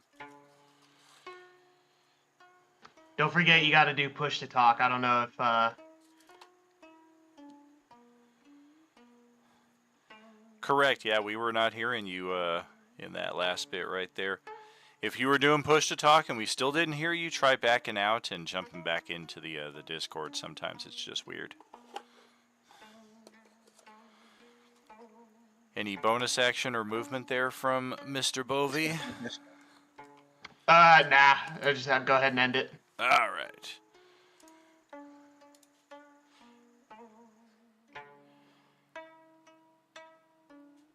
How about Merlin now? Let's check with him. Is the push to talk working? 1, 2, 3. Hey, there he is. Fantastic. Okay, I was trying to link a breath attack, but I want to put a little twist on it, if that's possible. Okay. Can I use a meta magic on a dragon's breath? Because in my head, I think that it's only fire, but I'm not sure what all the spell labels it as. What's the end result here? Post up what you're trying to link together. Let's see what we're looking at.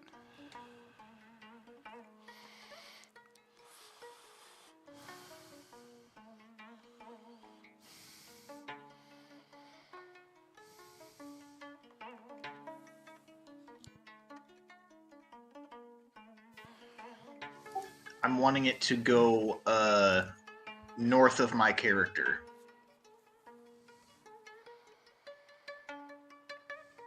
And which meta magic are you trying to mix? Transmutive spell.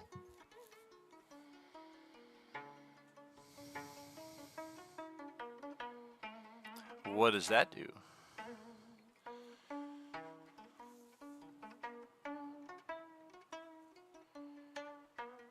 Let's see. Acid, cold.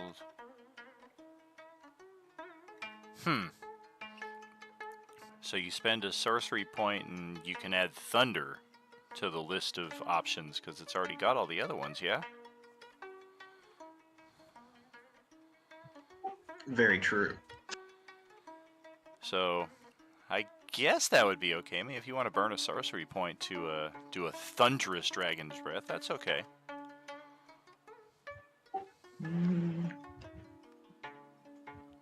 But then again, that's literally a thunder wave. Very true. I mean, yeah, I mean, a 15-foot cone is a little different than a 15-foot cube, but otherwise it's very, very similar. And slightly different damage, I guess.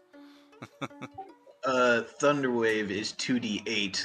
Yeah. Dragon's breath is 3d6. Yeah, pretty comparable.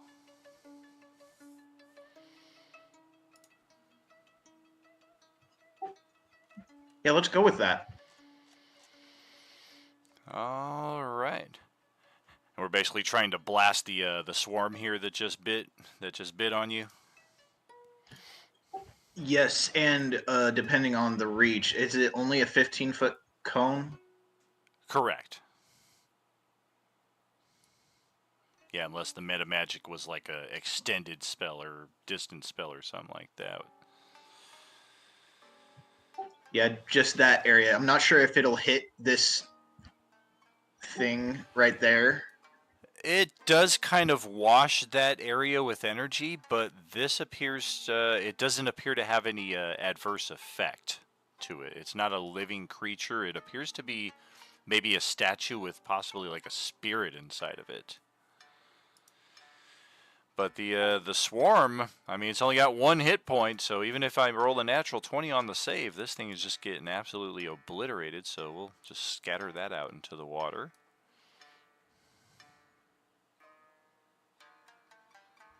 Me and my small spell slots, literally, I don't think I would be able to hit it unless it was a area effect type deal.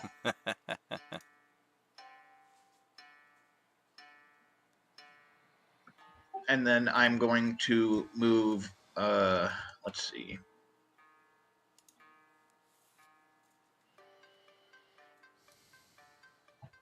There. Okay. Well, let's see what Lilith has going on. Oh, the pseudo dragon. Yep, we got a bite attack there, flank advantage. It's still a miss, though, unfortunately.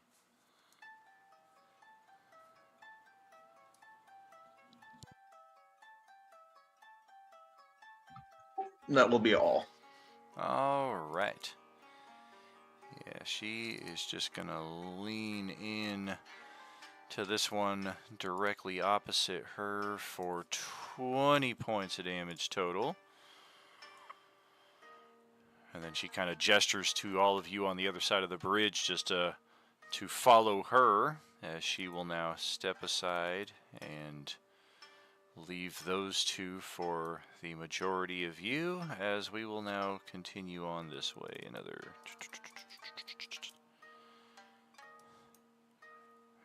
she's not the most, but we'll try it. Hey, not too bad.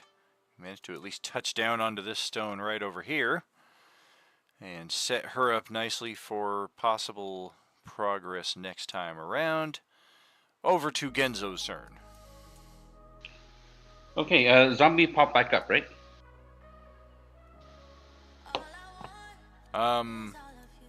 Or is it down? Oh, it's got that weird layering thing. Yeah, it's dead. Oh, okay. All right, good. So then Genzo will start moving. Actually, he'll fly because this big thing is in the way. So but it's so friendly. 10, 15. So let's see. A little scratch 5, behind the ears. 10, 15, 20, 25. And, alright, he's gonna attack the first zombie.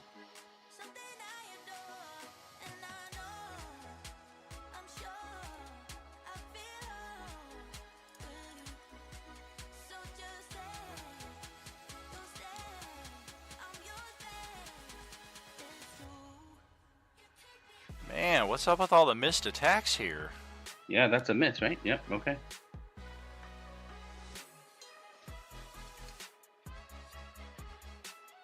And gonna hit it with Booming Blade as well. I mean, definitely no need for that. All right, Second strike will just once again set it ablaze and burn it to a crisp rather quickly. All right, cool. So that's it, end turn, because those are the 2 hits. All right. And yeah, I mean, we're on the other side of this shield that she doesn't really seem to know why it's here, but she seems a little concerned about it as well, considering that it just expanded. Oh, actually, sorry. I am an idiot. I don't have 2 attacks. I only have 1. I'm thinking of another character. So that one should still be alive. Gotcha. I haven't reached Blade Singer 6 yet. Okay. Sorry, my apologies. No problem. But, yeah, with that, she will back away a little further here to kind of get completely under this copse of trees. No, at this point, she's pretty much out of everybody's line of sight, even if you're flying above the trees. Canopy kind of provide her cover. And the zombies are going to go again. Try scratch on that. That ain't going to help.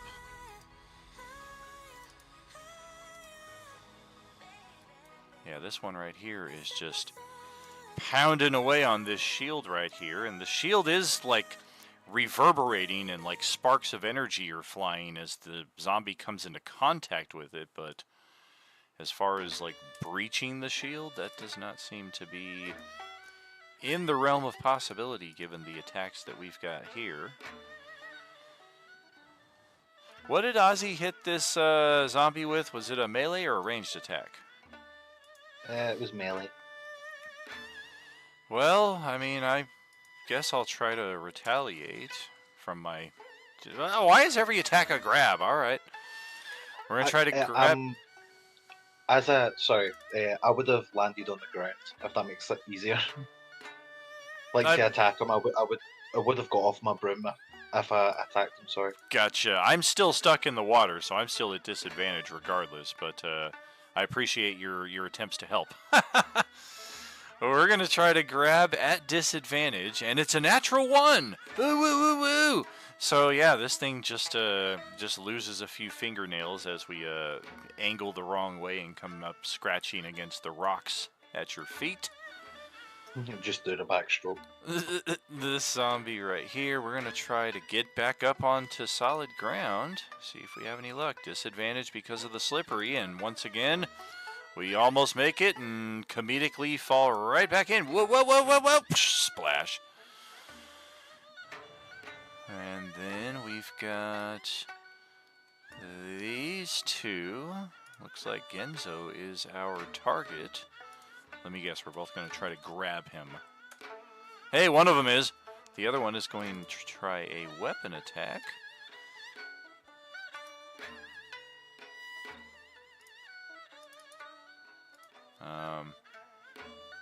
All right. Well, we'll pass on to the next zombie, who will hopefully have better success. That was crap dice rolls right there. 2, 3 different targets here. Zombie kind of turns towards the pseudo-dragon, almost as if it's considering attacking it, but we decide at the last moment Marcus is the target, and you're gonna get an unarmed strike to the gut. Holy crap, I think we hit you. 23 AC. And yeah, that hit. It is for 7 physical. Of course, you get to reduce that down to 3 because you're in rage mode here. And that will do it for that zombie. Last but not least, we got this one here that's stuck inside of the tangles here. We're going to try to pry ourselves free. That's not bad. We will at least kind of get to the base of this rock here. Whereafter we will try an acrobatics check and fall right back into the water. Sploosh. And okay, we got the Belcher variant zombies over here. They're gonna do what they did last round. Just copy one of those over. And I'm thinking 1, 2, 3, and 4. Yeah, looks like one of them is going to go over to Ozzy. One of them, we're going to try and give Merlin another one of these nasty swarms of locusts. We're going to throw another one in Genzo's direction. 10, 20, 30. Yeah, we can just make that. 10, 20, 30. We're going to throw one in Marcus's direction. It seems like it. Maybe it's going after the boar, but it's still pretty far out of position way over here. 30-foot range on those, after which we have to wait until next zombie turn before they can activate again. So, slight way to make that work in your favor if you can get the timing just right. All right, the first one is going after Ozzy. I don't know what happened to where it went, but we'll get a new one down there. Belcher variant is a burp. Nope. Ozzy could strip down completely naked and try to swim into the swarm itself and somehow still come out unscathed. We're gonna blast at Genzo here with one of them. That's even worse. Yeah, Genzo could try to fucking eat the swarm and somehow be just fine. That's hilarious. And now we're going to attack Merlin, who, let me guess, I'm going to roll a natural 20 or something on this. No, not quite, but a 22 to hit for 14 points of damage. I'm going to use my reaction to cast Shield.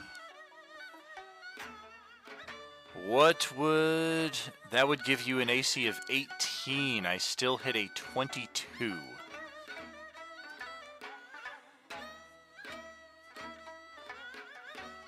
As even your best defense, this thing somehow manages to just swarm against and around and still manage to just sting you around both sides of it there. Ouch, ouch, ouch, ouch, ouch. Genzo's going to use silvery barbs.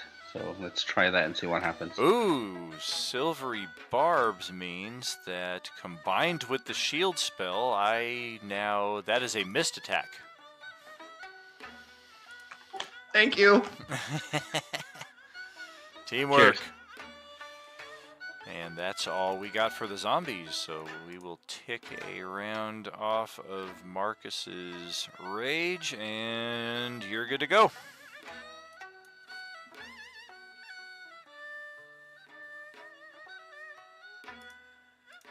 Okay, so I'm just gonna attack this guy.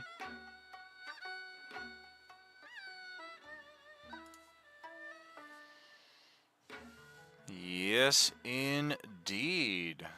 We will take that. That's going to prompt a fortitude from the orange class D, and yeah, we rolled rather poorly on that, so finally got that one down. Good job clogging up the bridge with your summoned creature there. Now you gotta wade through it. Or just ride it, maybe. I'm gonna mount Pumbaa. Do you have animal handling? Let's see how much oomph you can get out of Pumbaa here. Let me get a little Hakuna in that Matata. Holy shit! Oh, that's fantastic. Yeah, we will, I'm thinking probably... Oh, damn, that sucks. A little bit of that. How do I put my... There we go. I gotta adjust the layering. But I'm thinking with that, we will basically kind of trot here and then get a nice little hop, skip, and a leap and end up like way over here. So that Way we at least get a little movement. Hell yeah! And fuck it, natural 20. We're gonna get all the way on the other side. Yeah, bitch! Let's go! And go Is ahead. it? Go ahead. So does Pumbaa get a turn now? Oh yeah, that was just you're controlling his movement. He still gets his attacks or attack. All right then, I'll attack this guy. All right. With the flank bonus, that is another natural 20. And because it's a natural 20, we do not get our save. So you just kill that one. All right, that'll be it for me. You love it. All right, Ozzy, that's the top of another round. That means it's your turn. Okay, first of all, I want to inspect this shield because my assumption was that Aslo or Aslo was the one controlling it, so can I make a check on it? You can, but it would take your action because it is enough of an anomaly that you're not passively familiar with it. Yeah, I'll give up my action, yeah, because the fact that it grew as well is very concerning. All right.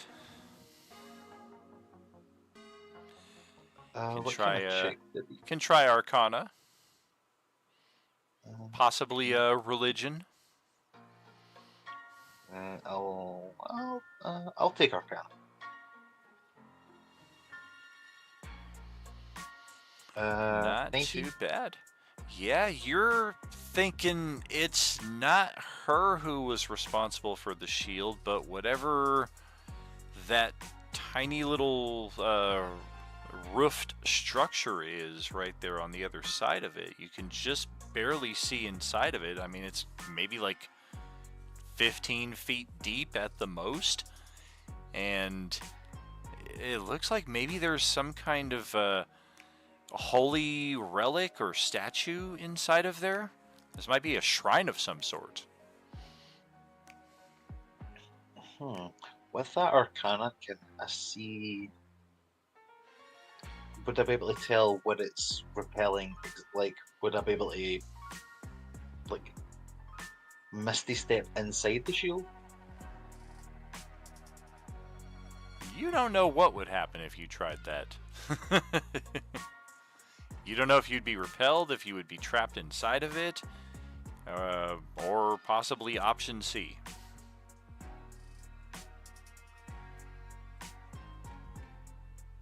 Okay. That is actually good to know. I'll shout it to everyone else. You know that there's a shield up here and it's not nice. It's coming from something strange in the building. Alright. And that'll be me then. That means Merlin's turn is up. I would like to use Lightning Lure on the water.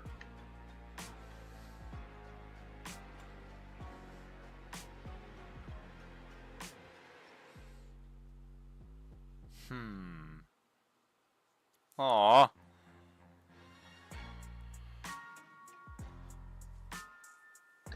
Since it's not targeting a creature, can it just affect the water?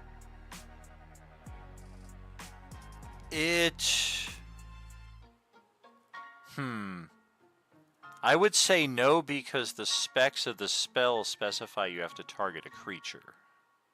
If the creature were in the water, then there might be some carryover in that respect. That's what I was starting to look at because the swarms are airborne, and I don't know that there's this one way over here that's inside the water, and then this one way up here by Ozzy. Otherwise, all of them are currently landlocked or flying. Can I target a dead creature? You cannot, because once they become a dead creature, they are considered an object.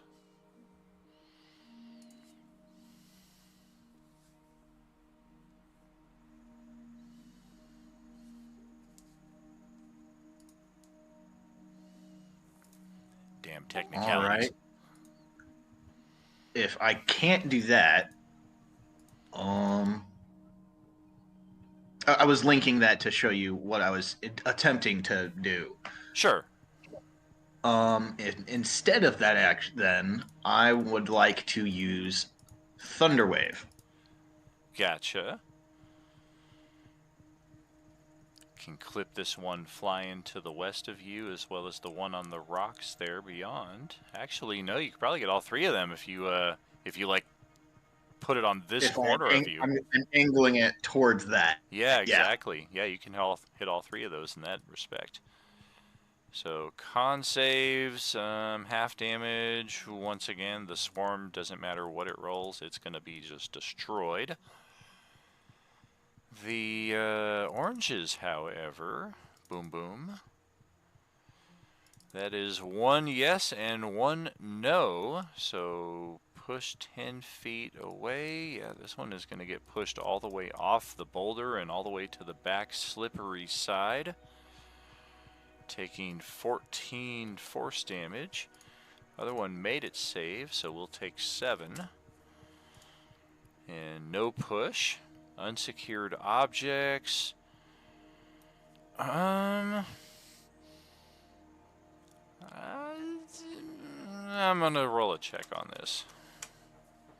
Yeah, it's unsecured, but it's pretty heavy in and of itself. So the lantern here that is only providing the dimmest light, like there's not even a light token attached to it to give you any kind of illumination, but it's a heavy enough lantern that it does kind of scrape against the top of the stone slightly as it gets pushed out a little bit, but otherwise it is unaffected.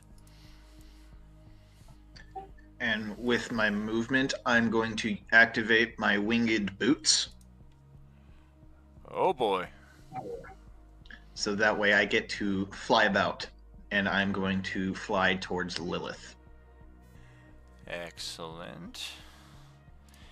What is the height that you want to be flying at?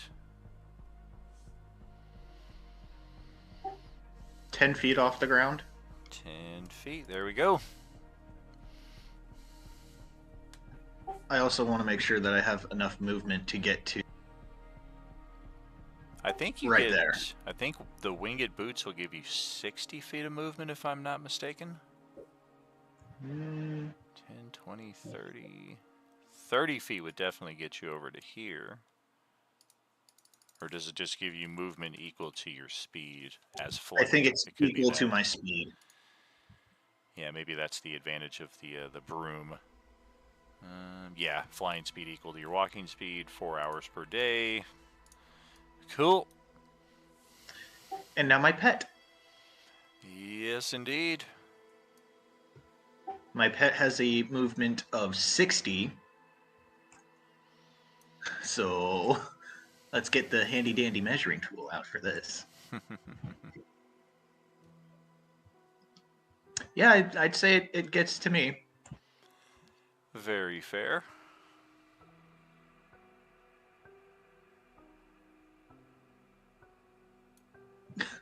And there we go. If that was only 45, it can actually attack that one. It certainly could.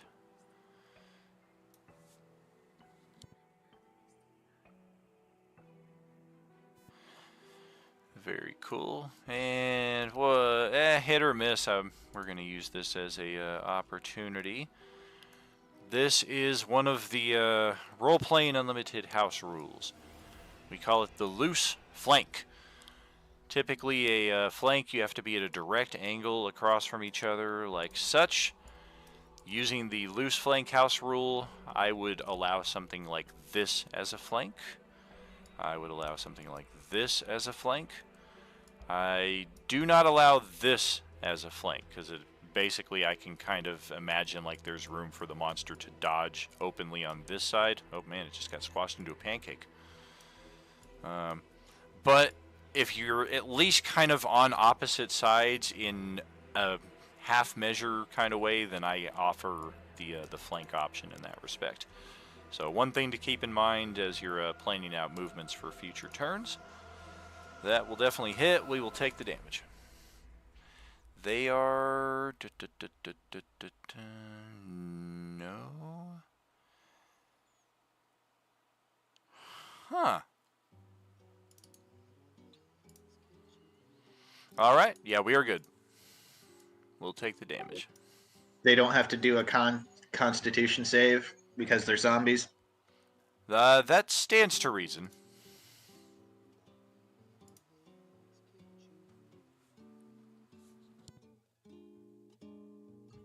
Then that is my turn.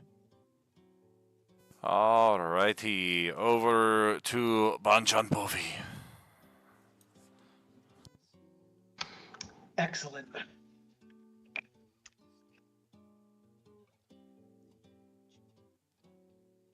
I think that I will come. How deep's the water? Can I move through here? You certainly can. The water is like 25 feet deep, though, so you'll have to swim, which is difficult terrain. Yeah. Yeah. And okay, it is a little slippery trying to get back up. Probably just easier to take the half movement and go through Genzo's square for that one little bit. That looks like something I can do. Looks good. And lightsabers.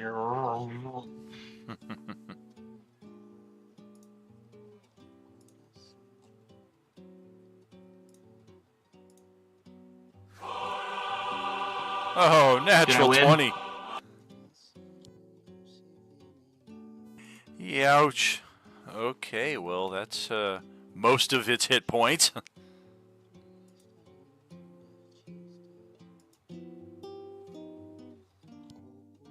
And then that'll be my turn. All right. Lilith is going to take hers then, and our objective is to get up to those zombies trying to break into the shields, so we will... Oh, wow. Yeah, very good. Make our way up, make our way up, make our way over. And look at you idiots squeezing into the same space. That means I get advantage on my attacks. Shred, shred. And good thing for that, otherwise that would have been a natural 1. 25 damage total on this one. And then we pass it back to Genzo. Alright, so we've got this one right in front of us still alive, correct? Yep, loose flank applies. You also have a swarm of locusts on your west flank there. Oh, okay, didn't see that. Yeah, it tried to bite you, but like I said, you could have tried to eat it and still not been affected. Okay, got it. Alright, so we're just gonna use the flame tongue rape on the zombie. Okay.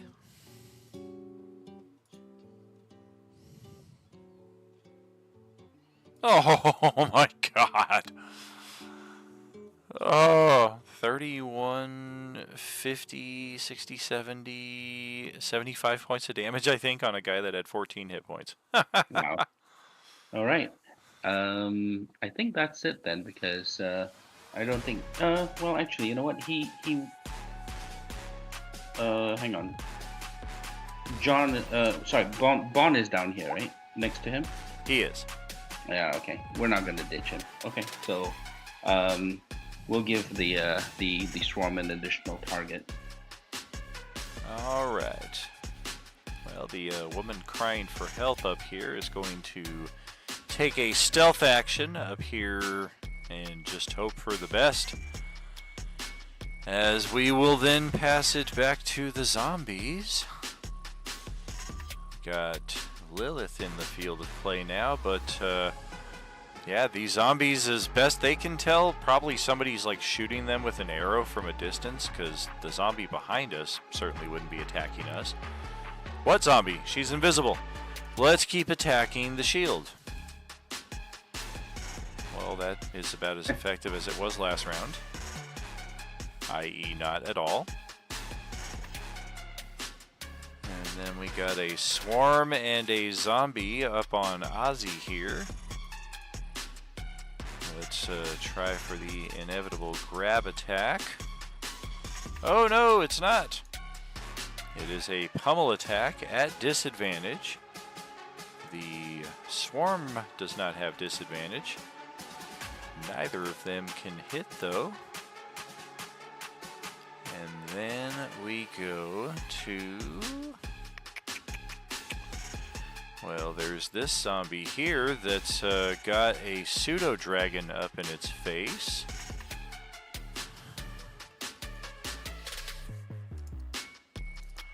We're going to try for an unarmed strike right there. Oh, that will connect. A 20 armor class for 4 physical. Just crack that tiny little dragon upside the side. Oh no! And then this zombie, we're going to launch another swarm of locusts, this time at the giant warthog. Burp. Well, I mean, yeah, that wouldn't hit any of you.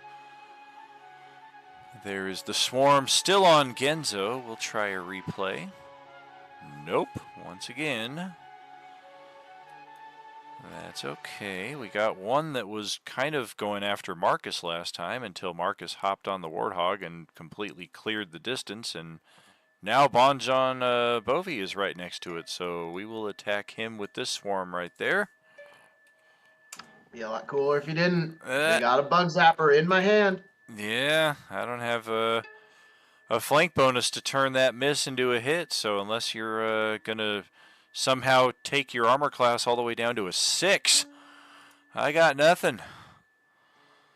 That's what I thought. Aww. Shoot. And this one has expended all of its swarms at this point.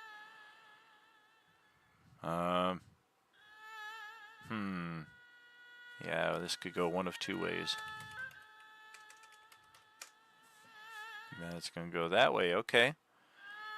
It is going to try to leap across the gap, and a natural 1 is very fitting. So we jump like right about to here, kind of suspend in midair, look over at Marcus with a panicked look and hold up the Wile E. Coyote. Yipes! And then no. we go plunging down into the water. Sploosh!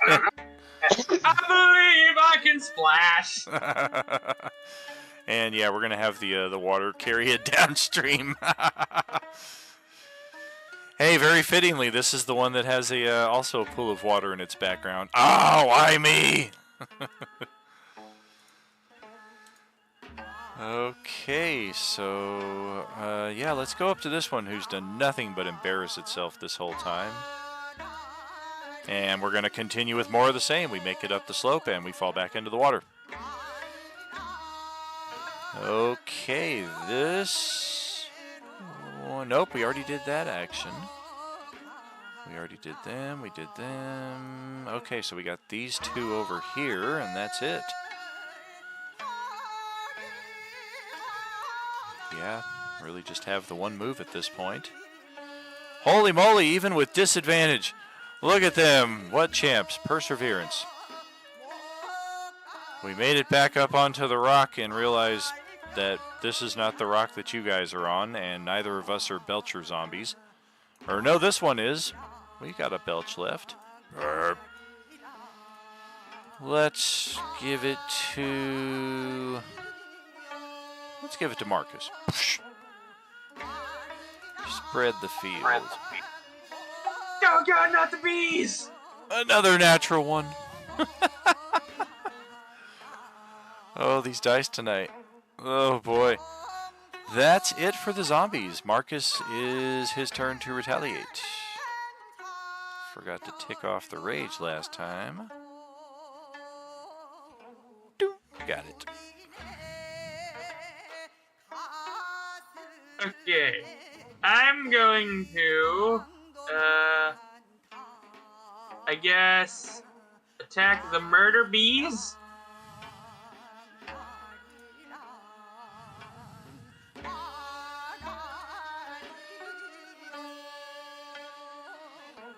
Not with that, you won't.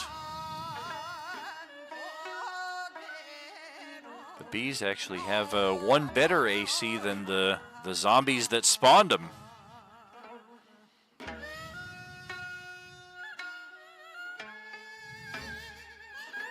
Pumbaa, please. Oh no!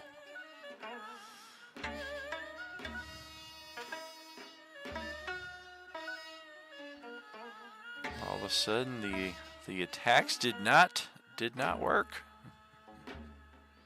Forgot how to fight this round. Run away! Oh boy. Oh. Yeah, you gotta move both of them separately or like drag a square around the two of you. There we go. Here's something we have learned about the locust swarms. They do count as creatures for terms of flank. They are not tactical or sentient or whatever the case is enough to do attacks of opportunity. So you can freely move around while they are nearby without worrying about Didn't that. think of that. Thank you. Absolutely. It's something we've all learned because they do kind of blend in. Even though they've got that health bar, their token is a little easier to kind of mesh with the background here. All right, that means it's Ozzy's turn. Another round.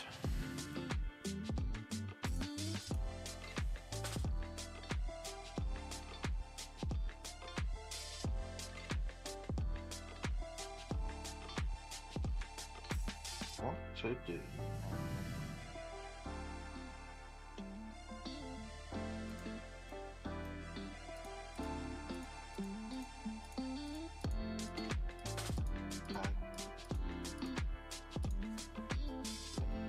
You know what? Yeah.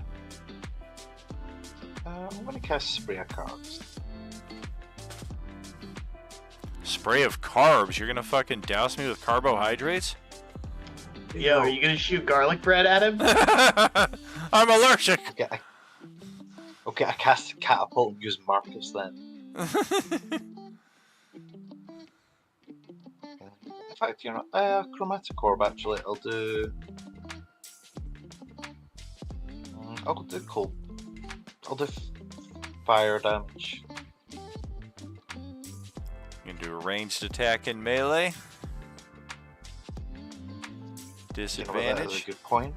I'm gonna disengage Oh. and move back a bit. His tricksy habits. I told you he was tricksy. I just completely forgot that it was a melee. Ranged.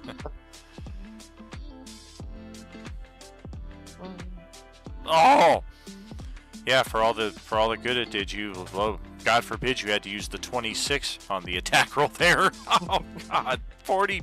Ugh. Yeah, that will just absolutely destroy this one. It freezes it into place on the surface of the water. Also, kind of freezes the water around it, so it's just stuck there like hasta la vista, baby. Just to double check, we can use Orange Peeler with that because that's including Orange Peeler. Oh my God, that's without orange peeler. Or... Okay, yeah, I was Well, like it's that. with. I was like, it is Yeah. with. Yes, okay, yeah, definitely. Any spell that has an attack roll will orange peeler is applicable. Yeah, guiding bolt is very nasty with orange peeler 1 as well because that also adds 24 damage flat. Pretty nice. I'm going to shout mainly to Lilith, Marcus, and Merlin, and ask them if I should try and go into this shield. Wait, has the shield done anything since last round? It has not. The only time it seems to do anything is when somebody tries to interact with it. Or tries to get onto that area nearest the shrine. Yeah, I'm going to shout over to Merlin and Marcus. It's like, do you think I should try and go into this? Marcus is just gonna scream indecipherably because he's enraged. Merlin? Do you also just scream? My guy's sort of floating, so he's gonna say, if it's pulsing and if it's not letting anything in, I would suggest leaving it alone because it's probably protecting something. That's perfectly fair. I will leave it there then. That's far too rational for Role-Playing Unlimited. All the parties are like, it's defending itself! Break it! I mean, we'll see if it does anything this round, and then we'll see what happens next. Fair enough.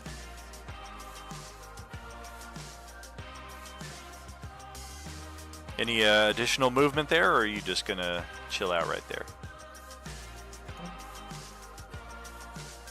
I'll move just a little closer to it. All right. I'll just stick here, yeah. Yeah, we'll just stick. That's over to Merlin's turn then. Where is my tool that I get to use? I don't have. Okay, so I'm going to fly back to this area, and I'm going to Thunderwave again. All right. In that direction. Boom, boom. Oh, same as before. One makes the save, one does not, and it's the same guy that failed it last time that fails it again.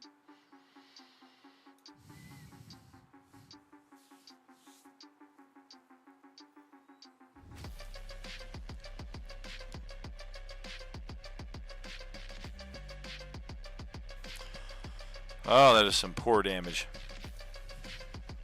Not the best. And we'll take that and get flung into the backside of the spirit statue here, after which point we will fall back into the water.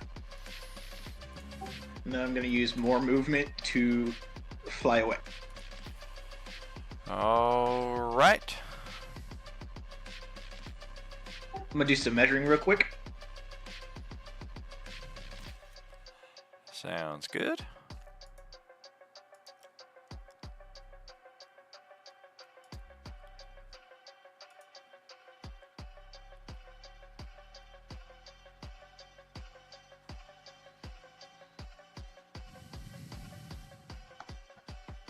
I'm satisfied with that. That'll be my movement. All right. And my dragon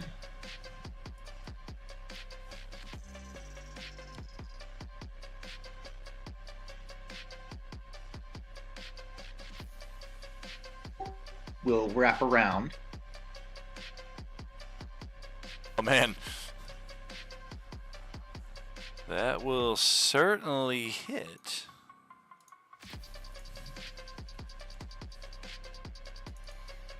And then fly back towards me, away from everything. Alrighty.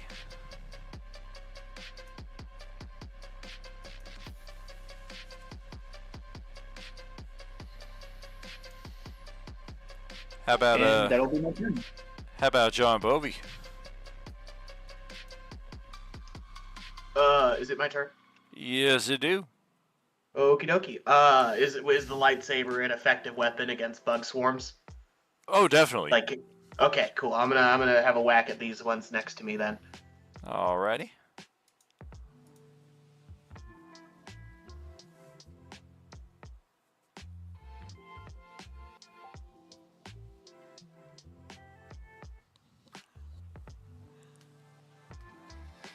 Oh yeah, definitely.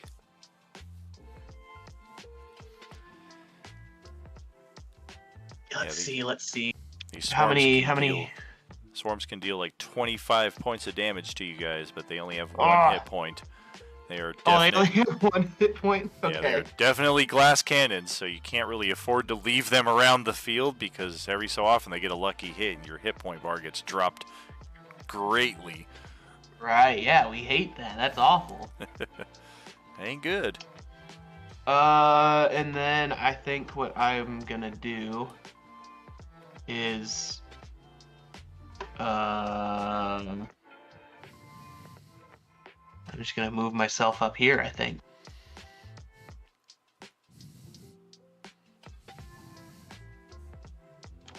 And Are you that'll be climbing all. on the spirit statue? No, I'm still like on the floor. Gotcha, like kind of Like kind of like hugging kind of the wall, but shimmying, not yeah, going. shimmying around the Yeah. back of it. Yeah. Cool. Okay. That brings it to our NPC. She is gonna just keep on keeping on. And that will finish off one of the two zombies. This one just kind of turns around, looks, knows that something's around here attacking it, has no idea what it is. Genzo is up next. Must have been the wind. All right, so Swarmy Swarm is on the list to go down.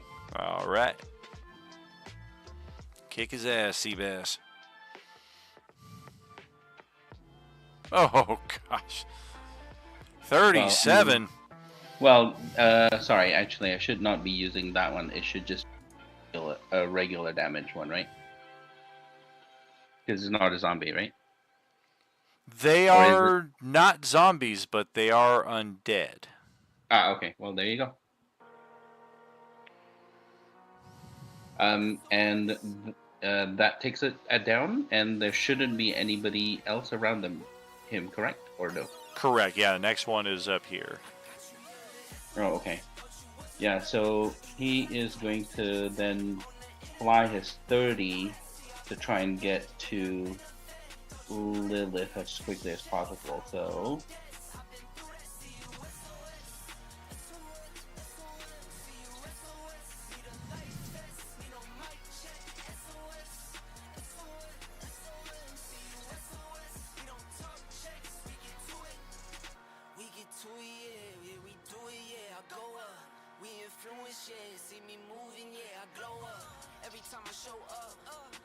Alright, yeah, that's 30. So he'll enter in there. Very cool. Zombies are up next. Guess we'll try another scratch attack on the shield. Nope, nothing happening there. We'll try to ascend the slope. Another natural one. So this one falls in, falls back, and gets swept away in the tide even further away from its desired location. This is not normally how they perform in water, but rapid moving water like we have here. As you guys can further see the far north side of the map, you can make out that waterfall I was talking about during the opening description of this area. That waterfall is definitely causing all of the water to kind of rush out of this area to the south, and thus, especially the zombies as they fall in there, getting pushed along. We're gonna go over here.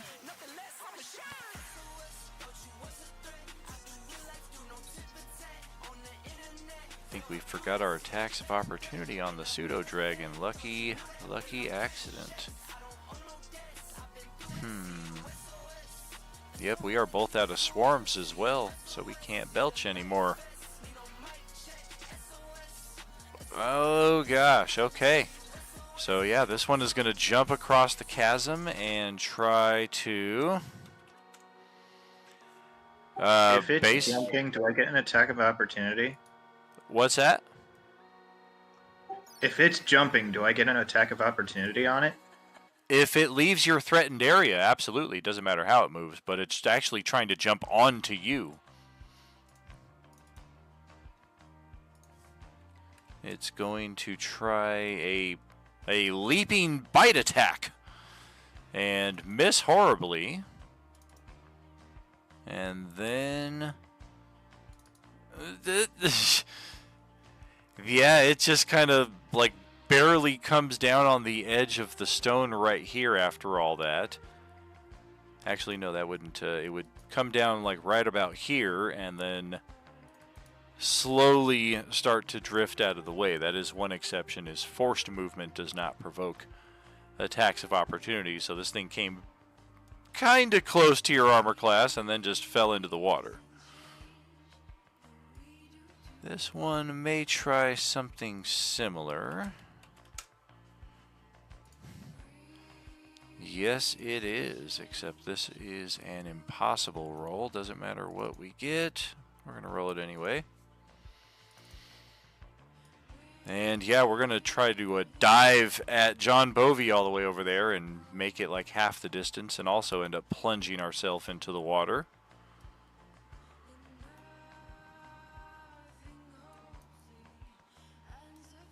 If it rolled a 20, would it have just done like a majestic swan dive? Exactly. Hey, speaking of which, this one gets a natural 20 on its saving throw, so it actually begins to climb the statue right here, the lion orc statue. And no sooner does it come into contact with it than its skin glows an even brighter orange than it is already, which rapidly becomes red, then blue, then yellow, and it is rather quickly caught aflame and incinerated for daring to touch the guardian statue. Whoa. So glad I didn't touch it. Yeah, that's what I was like, oh wait, I should probably give them fair warning. They have an ominous look about them. Nope, you got nothing, you got nothing. Looks like we're down to the final two over here. This one is trapped in the water. And yep, getting pushed further downstream with that roll. So we'll say goodbye to you for a while. And this last one is going to try, hey, not too bad. We will actually make the acrobatics check and touch down right over here. And still have enough left to charge at one of the two targets within range. Oops, that's wrong.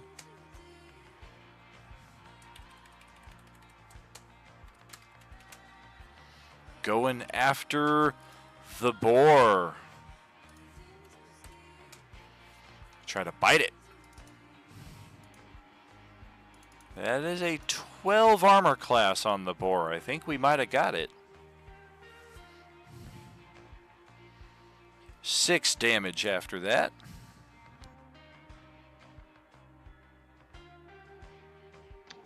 My internet cut out for just a moment. Who's that 6 damage at? Is that at me? It's on the boar. Oh, okay. For Marcus. And that is everything. Yeah, the only zombie that tried to get at Bon Jovi was this one over here. All right, Marcus, your turn. One more round of rage gone. It's time for vengeance.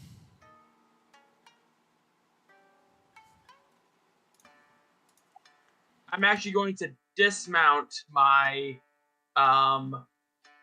Pumbaa by jumping up, by using my rabbit hop to jump off of him and go over here. Okay. And then I'm going to... And acrobatics as well. You are like right on the precipice. All right, yeah, you're good. I did give you advantage on that because of your nimble nature. And then I'm going to battle axe that zombie right in front of me. Very good. Very good.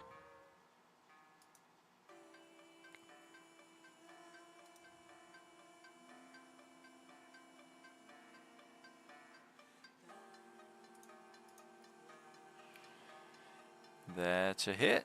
We'll take it. Now for my boar's turn.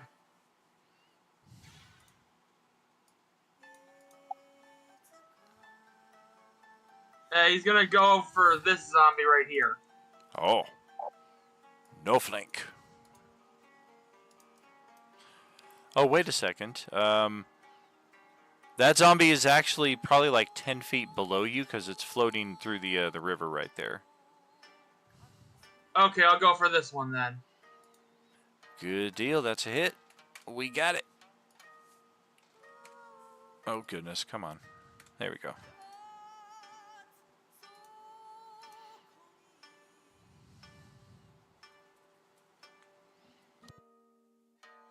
And that'll be my turn. Alrighty. Final round of the evening, friends. Let's see how much of this combat we can clear out, if not all of it. Ozzy, your turn. I mean, if it's the final round, I'm going to try and Misty Step into the circle. Alright. Roll a wisdom saving throw.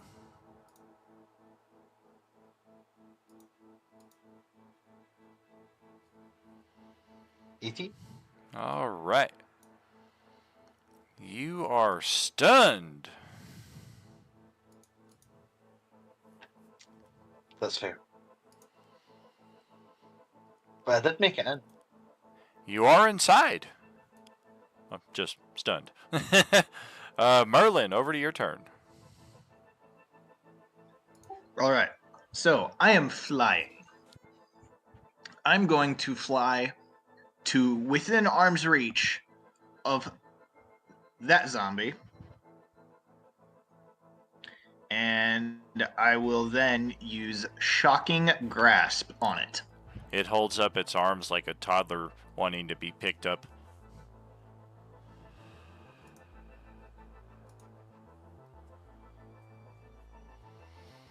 And then it looks rather betrayed after getting shocked. Oh! Zot? How could this happen to me? Does it shock the rest of the water? It does shock enough of it to affect this one also drifting through the water. Roll another 2d8. We're gonna increase the damage. So another 2d8. Yeah. Nice. So 12 total on the original, and then 11 on you. You're still floating above. You're too far away. Yeah, not too bad. Does it affect the one in the top right? It does not. That one's a bit too far away. All right. I mean, I'll take what I can get. Like, heck yeah. Yes, sir. And then for my pseudo dragon,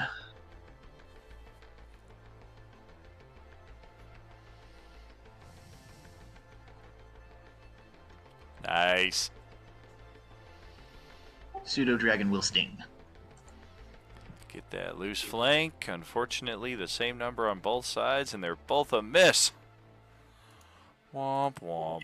And then it will fly away. All right.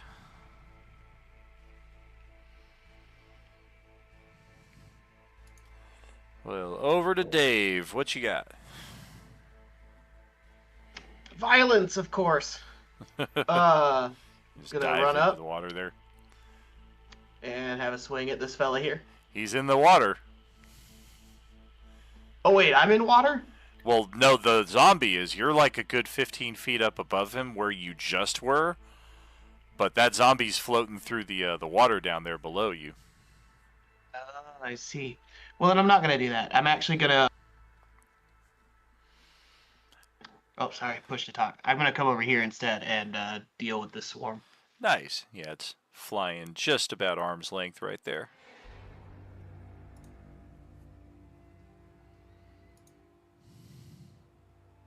No! I do not deal with the swarm. Oh, man. Yikes.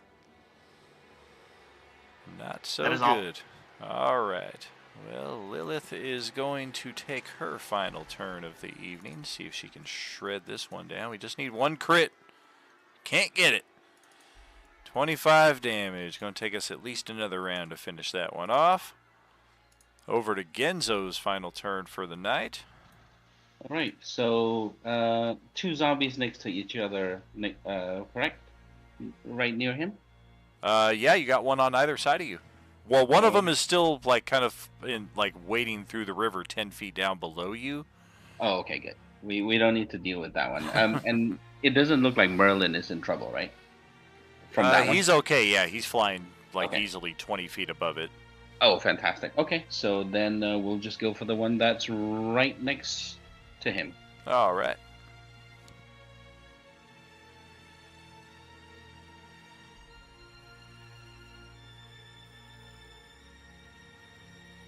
Well, shit. I'll spend the inspiration. Burn the inspo. That'll slay it. We are done with that one. All right, let me mark that off.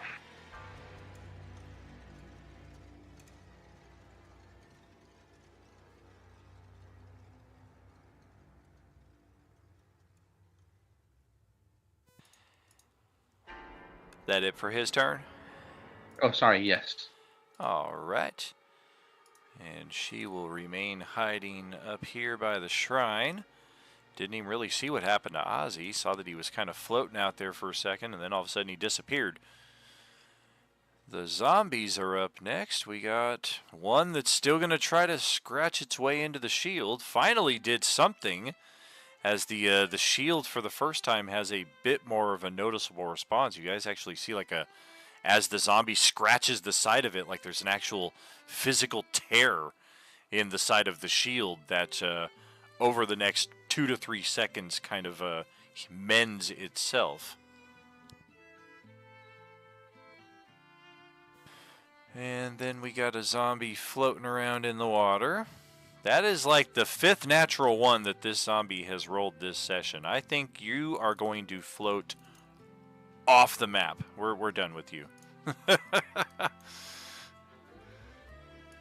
Rightfully so. I think so. There's this one Please that come back. is in the water and just got shocked. Doesn't know what happened. We're going to try a little acrobatics. A 24, not bad. So yeah, we will get here. We will scramble up the side, and now we can get some action with Bon John Bovey here. Will my shock have any after effects on them once they are trying to leave and move around the water? It does still have the full effect, like even on the extra targets, that they can't take reactions. Otherwise, no.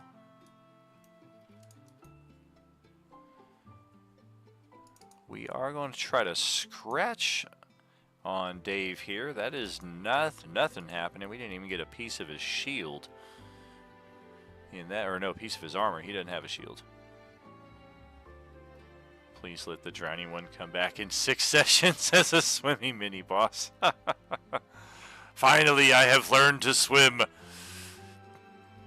Just fucking listening to Tool Anima the whole time around. Learn to swim. Learn to swim. You're powerless in this Olympic swimming pool. There's this one that got blasted into the water twice. Let's try...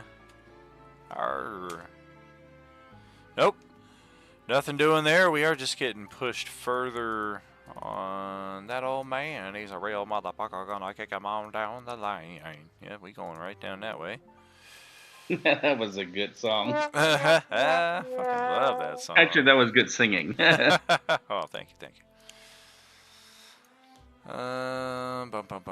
Last zombie. Where are you? There you are. You are also trapped in the water. You've got a little better opportunity here. Hey, you did it!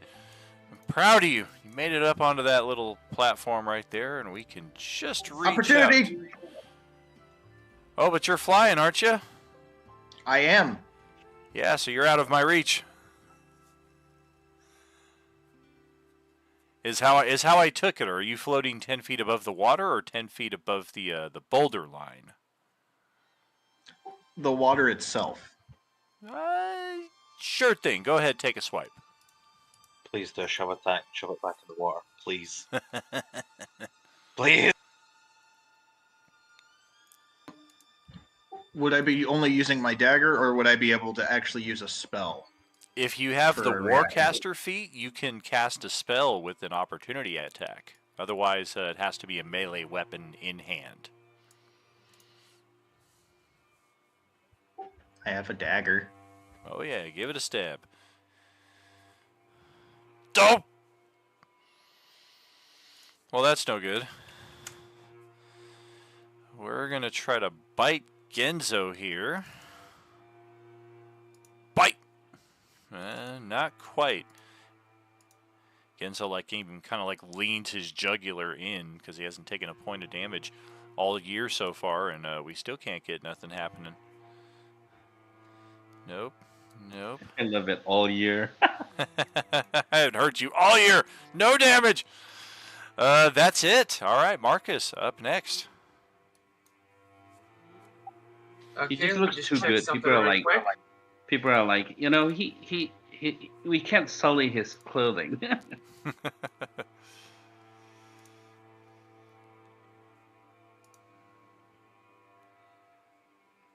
I'm sorry, what was Marcus starting to do there? I just want to check something. So I can use Rabbit Hop a number of times equal to my proficiency bonus, which is 2. So I'm gonna use my Rabbit Hop a second time to get onto this, to jump onto this zombie if that's possible. Okay. Yeah, and I'm gonna attack him with my axe. I'm gonna bring my axe down his face. Sounds good.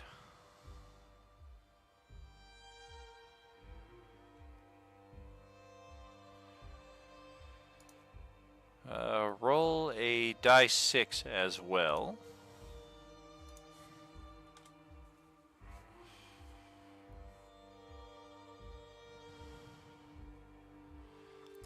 Little extra oomph, kind of like a flying attack.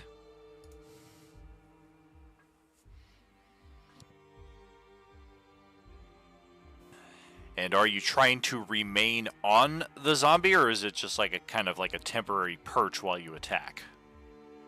I'll try and remain on the zombie if possible. Okay. Roll athletics or acrobatics, whichever one suits you better, or whichever one you want.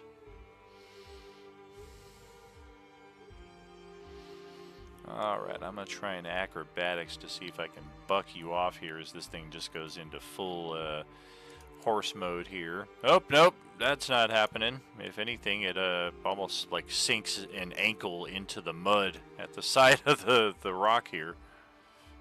So you remain on top. Hooray! Alright! And what's my board do? Let's see. I guess 5,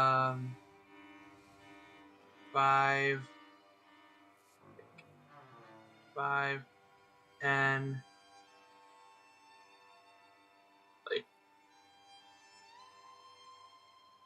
I want to attack this guy with my boar if possible. Is there a way I can do that? It's gonna have to make an athletics or acrobatics check to clear the chasm right here, and then assuming it does so, it would have to squeeze into Lilith, her space, and then it could attack, but it would be at disadvantage because of the squeezing. So it's possible, but not optimal. Okay, well, I'll just do the acrobatics to move it right here, and that'll be it. All right, go ahead, roll that up. If it doesn't have a skill, then just roll the attribute itself, strength or dex. Good enough. So yeah, I can definitely put down right there. And I'm going to start tidying up here, closing out some character sheets. If one of you would be so kind as to track our initiative, post it into the Thursday chat log. As you know, we share the table with Wednesday, so next week when they take over, they will need the turn order for their battle.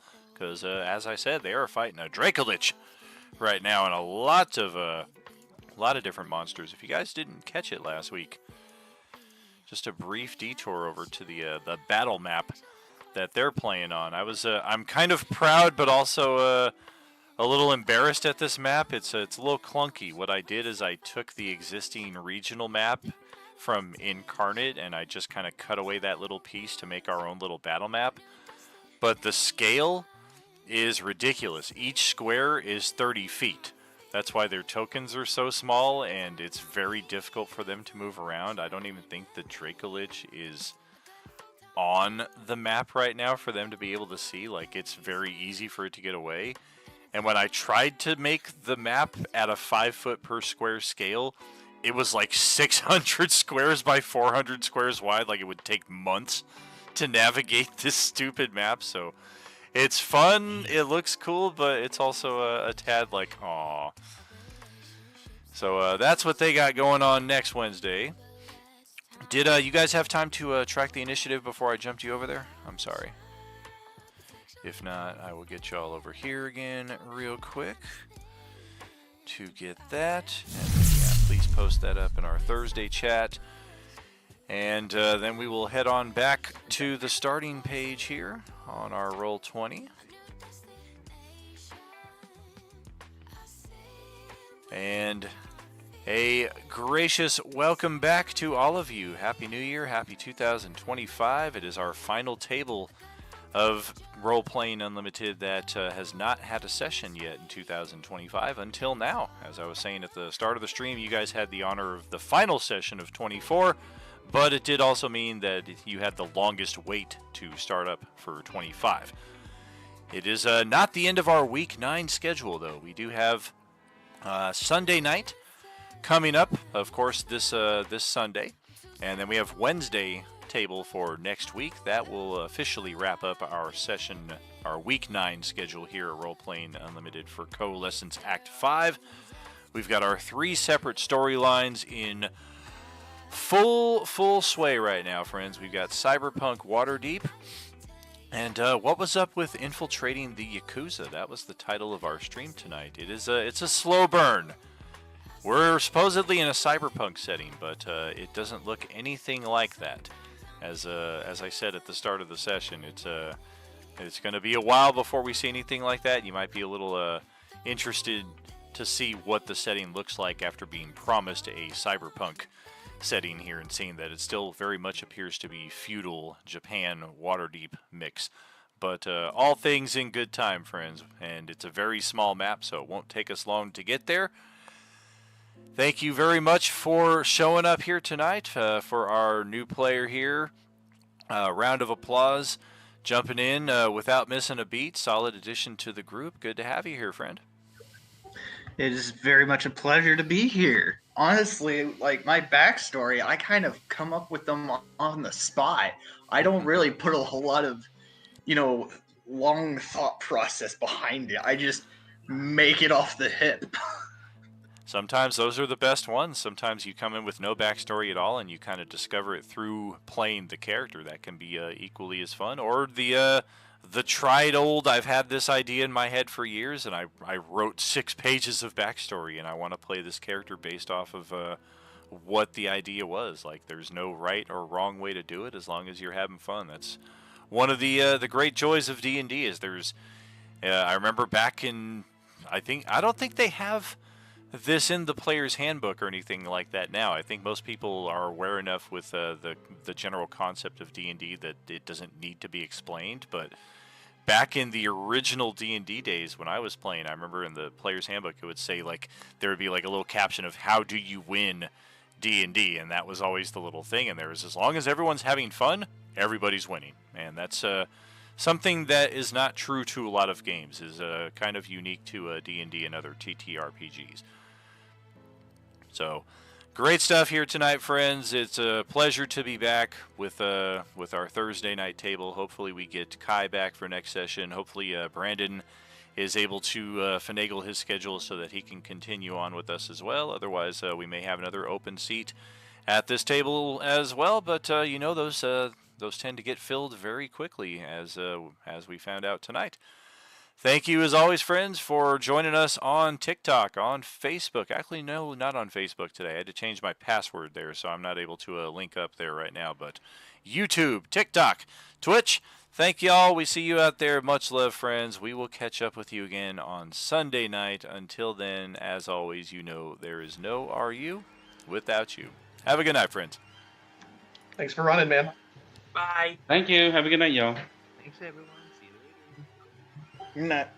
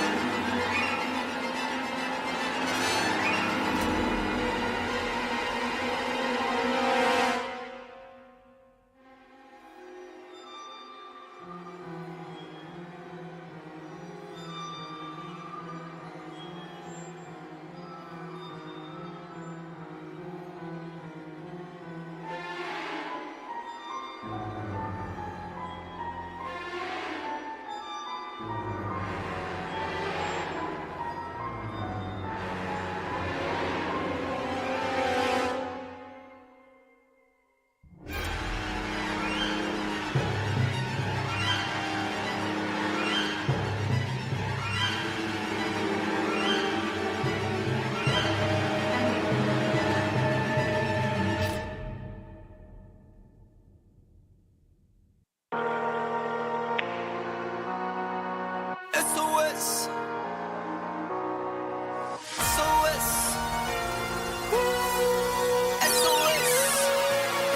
I got you yelling SOS. Thought you was a threat. I do real life, do no tip and tat. On the internet, we don't do that. See, I've been a threat and I've been a vet. Thought you knew that when I'm cashing checks. I don't owe no debts. I've been through that. See you SOS.